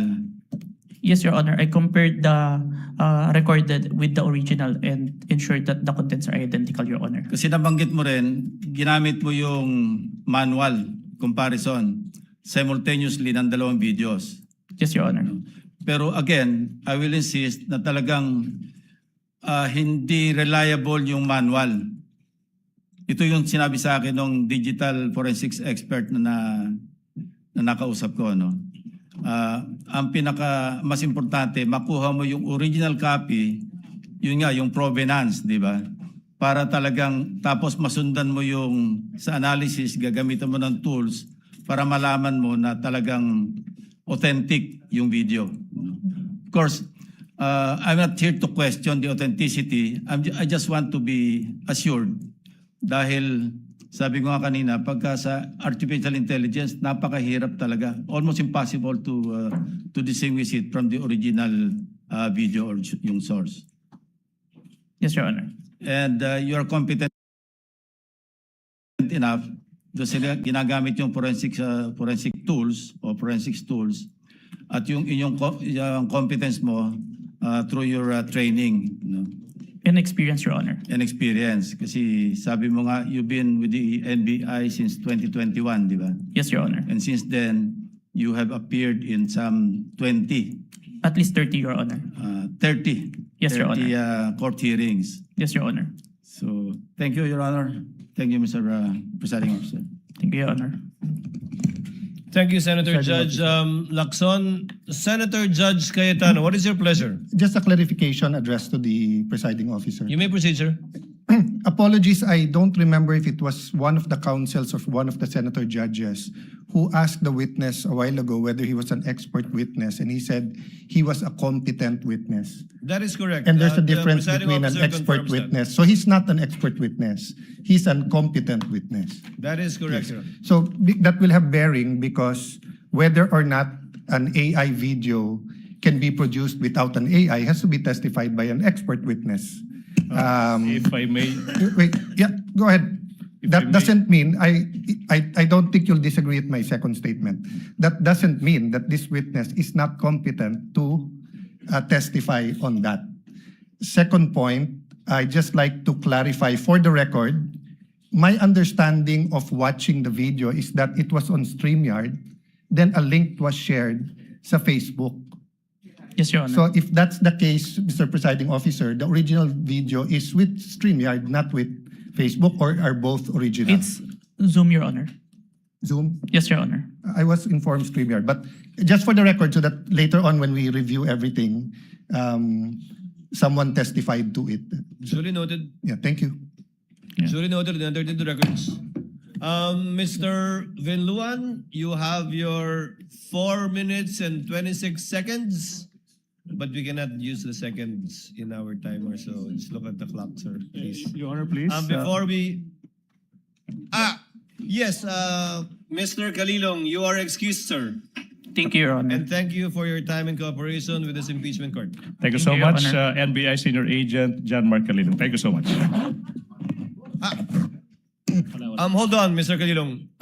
Yes, Senator Judge Padilla, what is your pleasure, sir? Ginoong tagapamahala ng hukumang ito, nais ko lamang po sana hingin ang mga credentials ng ating saksi kung paano po lahat ng kanyang certification, lahat upang mapatunayan po natin lahat na He's ready. To it earlier, but kindly respond to the question of Senator Judge Padilla, Mr. Witness. I have here, sir, my certifications during the time of my investigation, Your Honor. Can you, mahaba ba? I can read, Your Honor. Mahaba ba, hindi? ibigay na lang po siguro sa Kindly atin. just submit it to us, yes, please. Opo, Yes, submit sir. na lang po. Thank you, Your Honor. If that is okay with Senator Judge Padilla. Thank you, sir. Mr. Kalilong, you are excused, sir, and thank you for your time and cooperation with the impeachment court. Thank you, Your Honor. The presiding officer will just wait for the witness to leave the premises before recognizing Attorney Binon. Okay, Attorney Binon, you have 4 minutes and 26 seconds. You may proceed, sir. Thereafter, we will call for a 15-minute break. In the discourse yesterday, talking about VP Sara's statements during the November 23, 2024 press con, Senator Judge Risa Ontiveros stated, and I quote, None of these statements are proof that the vice president actually contracted an assassin or hired one. She is absolutely right. She then asked the question, why are these acts impeachable? To this question, the prosecution responded, we understand that these statements may not actually 100% prove that she in fact contracted an assassin, end of quote. Hence, the prosecution admitted that the video does not prove any fact other than its existence. In simple words, there is no proof of any contracting of an assassin. The prosecution's admission before this honorable court made the respondent's position clear. The prosecution has no other competent evidence to prove that VP Sara contracted an assassin. Ang testimonya ni Kalilong, gaya ng iba pang ebidensya kuno ng prosecution, ay hindi sapat para patunayan ang paratang na ito. Trying to prove this stretched narrative using a hodgepodge of materials is a waste of this honorable court's time and the Filipino people's money. Si VP Sara na mismo ang nagsabi na hindi assassin ang kinausap niya. This term only came from people who took her statements out of their proper context and tried to exaggerate them for what they really meant. The truth of the matter is this. She and her family were threatened. And while her response was unconventional, it was justified. What triggered her response was a question about Operation Romanov, which is the plot to eliminate VP Sara and her entire family. The NBI's own records prove this. In the minutes of the meeting of Dempsey Reyes' interview, he said, and I quote, may press con kasi earlier than that, sabi niya, parang hindi lang niya gusto daw, sabi lang niya, gusto daw siyang patayin daw, according to her, ni Speaker. That was during a press conference the day before, November 2022. End of quote. During the virtual press con, Princess Maui mentioned Operation Romanov again, and even warned her about her safety. Reyes talked about it, Princess Maui reiterated it, but the NBI gaslighted it. When VP Sara uttered those words, she was not responding as Sara Duterte, the Vice President, but Sara Duterte, the wife, mother, daughter, and sister, who only sought to protect her own and her family members' lives. Operation Romanov is in place, and the threat against their lives is real. VP Sara became the target of unauthorized intelligence and surveillance operations by government operatives that exposed her family to high-level risks and security threats, thereby causing intense trauma and uncontrollable fear. Her homes in Davao and Manila were profiled, and this is proven by classified gazing reports. Her trusted security personnel were removed. Her schedule of official functions, like the one in Naga, was leaked by intelligence agents, and her security was heavily compromised. In sum, the prosecution was right in using the term culmination. But the prosecution's interpretation is wrong. Rather, when VP Sara left the administration, she suffered various forms of threats and harassment for many months from the powers that be, and the culmination was her statement on that fateful early morning in November 2024. She didn't commit an impeachable offense. She drew the line in the sand and said, enough is enough. That is the meaning, and that is the context. Finally, as to the alleged grave threats and inciting to sedition, these are defined by their vice penal code and are punishable by prisión correccional. Thus, these fall under the jurisdiction of the MTC or first-level courts. These charges are not other high crimes as contemplated by the Constitution as grounds for impeachment and are therefore not impeachable. After all, VP Sara was fighting two important battles that day. One against the threat to her family's life, and another against the life of the ordinary Filipino, constantly suffocated by the immense weight of corruption, which she talked about during the press con. She never incited sedition, she merely echoed the voice of ordinary Filipinos. Her message that day only reflected what was already in their hearts and minds, There was no betrayal of public trust. She actually upheld the people's trust as she spoke for and behalf of the people. Thank you, Your Honor. Thank you, Attorney Vidluan. Chair declares a 50... Senator Judge Bam Aquino, before we declare a recess. Yes, just a quick manifestation, Mr. You President. may proceed, sir. Tapos na po tayo sa unang witness. It's taken us maybe a total of 9 hours for the first witness. Ito ho, isang pakiusap sa parehong grupo. Alam ko po may kanya-kanya tayong estilo, may kanya-kanya tayong strategy. But if possible, can we allow the testimonies to be heard? Can we have proceedings that will go straight to the point? Kasi po nanonood ang taong bayan, pati po kaming mga senator judge. Gusto rin ho naming makita itong mga proceedings, yung mga ebidensya na mas madali ring maintindihan. So ito naman po, di ho namin pwede itong idikta sa inyo. But if possible, the succeeding witnesses, and we have a long list, this goes for both parties by the way, let's have proceedings where we can go straight to the point, malaman natin yung puntos ng bawat grupo para makapagdesisyon rin po tayo ng maayos. Ito po this is a plea, no? This is not an order to both parties, but if we can, this is the People's Tribunal, we're watching, everybody's watching, sana po, payagan natin na lumabas yung mga katotohanan, lumabas yung mga ebidensya upang maging mas madali at mas kaya-aya po yung ating proceedings. Yun lang po, Mr. President. Thank you so much. Noted and entered into the records. Chair would like to give Senator Bam, bibigyan ko ng konting pag-asa sa Senator Bam. Usually, ang mga paglilitis tulad nito, parang diesel yan. Sa simula, siyempre dahil una pa lamang, nagkakasanayan, nagkakaestimahan, pero bibilis at bibilis ito sa pagdaloy din ng ilang araw lang ng trial natin. And you will be able to see that the next couple of days. Chair declares a 15-minute recess. We Your all Honor, come please. back. Your Honor, Yes, please. counsel for the prosecutor. Before the declaration of recess, I suppose that the reason is Article 4 for the prosecution, Your Honor, please. So, no attorney law talk today? Today, we'll do that on Monday, Your Honor, please. So, Your Honor. Chair would like to, I guess there's no need to declare a recess. Yes, Your Senator Honor, Judge please. Lacson, Your thank you for Honor. that manifestation. Yes, counsel for the respondent. Your What Honor, do you want maybe to say? just clarified if Attorney Lotok is the witness on Monday because they had already disclosed the witness. I was about to ask that question. Yes, Your Honor. Attorney Thank you, Jeremy Your Lotok will be presented On by the Monday? prosecution on Monday, Your Honor, please. Likewise, can you name us, you manifested They that will disclose on Bello, Your Honor, please. Captain Sergeant at Arms. Belinda Bello of the House of Representatives, Your Honor, please. So, those two witnesses. Yes, Your Honor.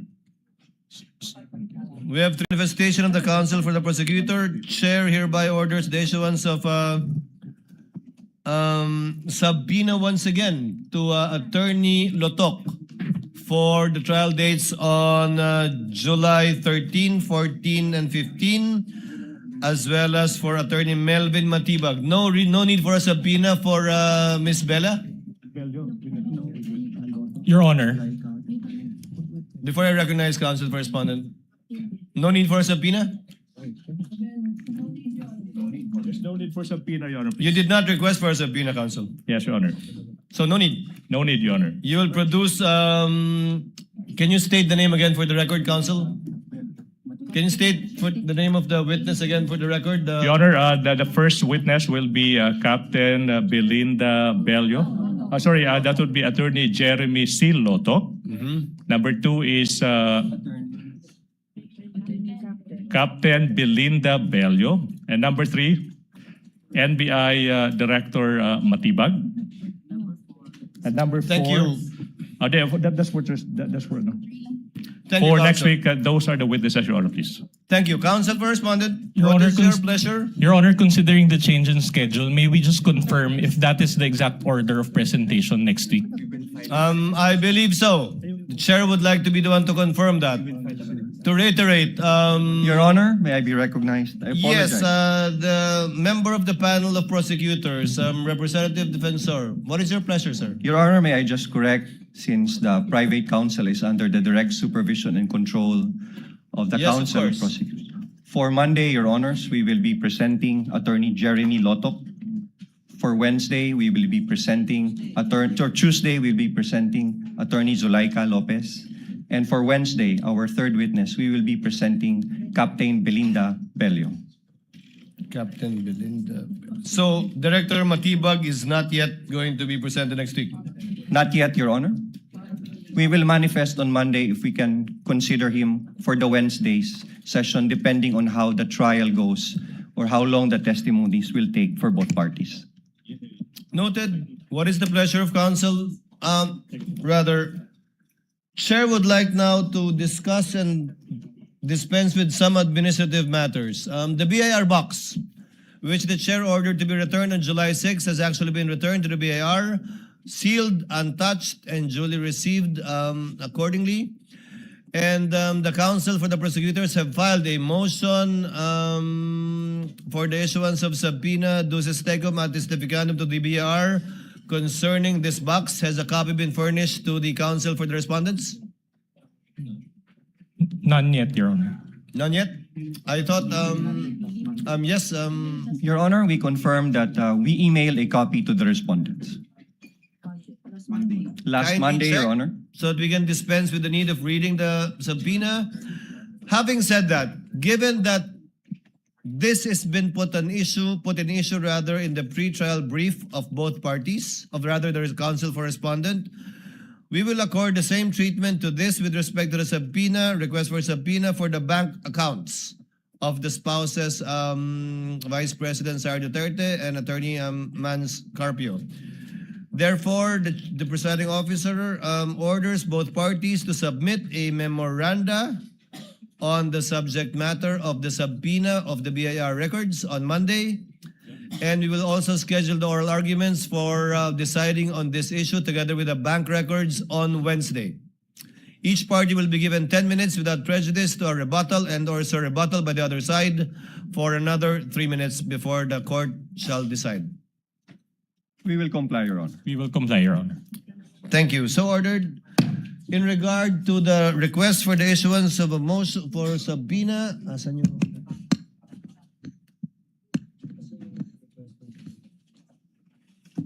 May I ask if counsel for the respondents were likewise furnished with a copy of the most request for subpoena, although this is ex parte because this is only with respect to witnesses.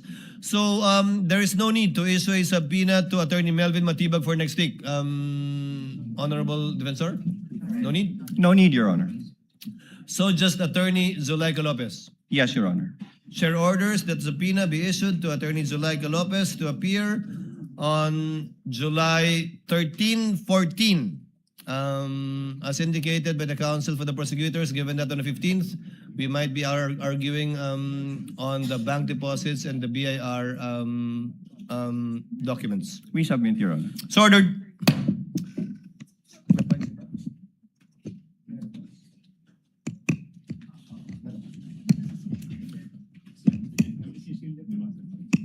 There being no other matters for consideration by the court, and given that the counsel for the prosecutors have manifested that they will no longer present Attorney Latok today, but rather on Monday, the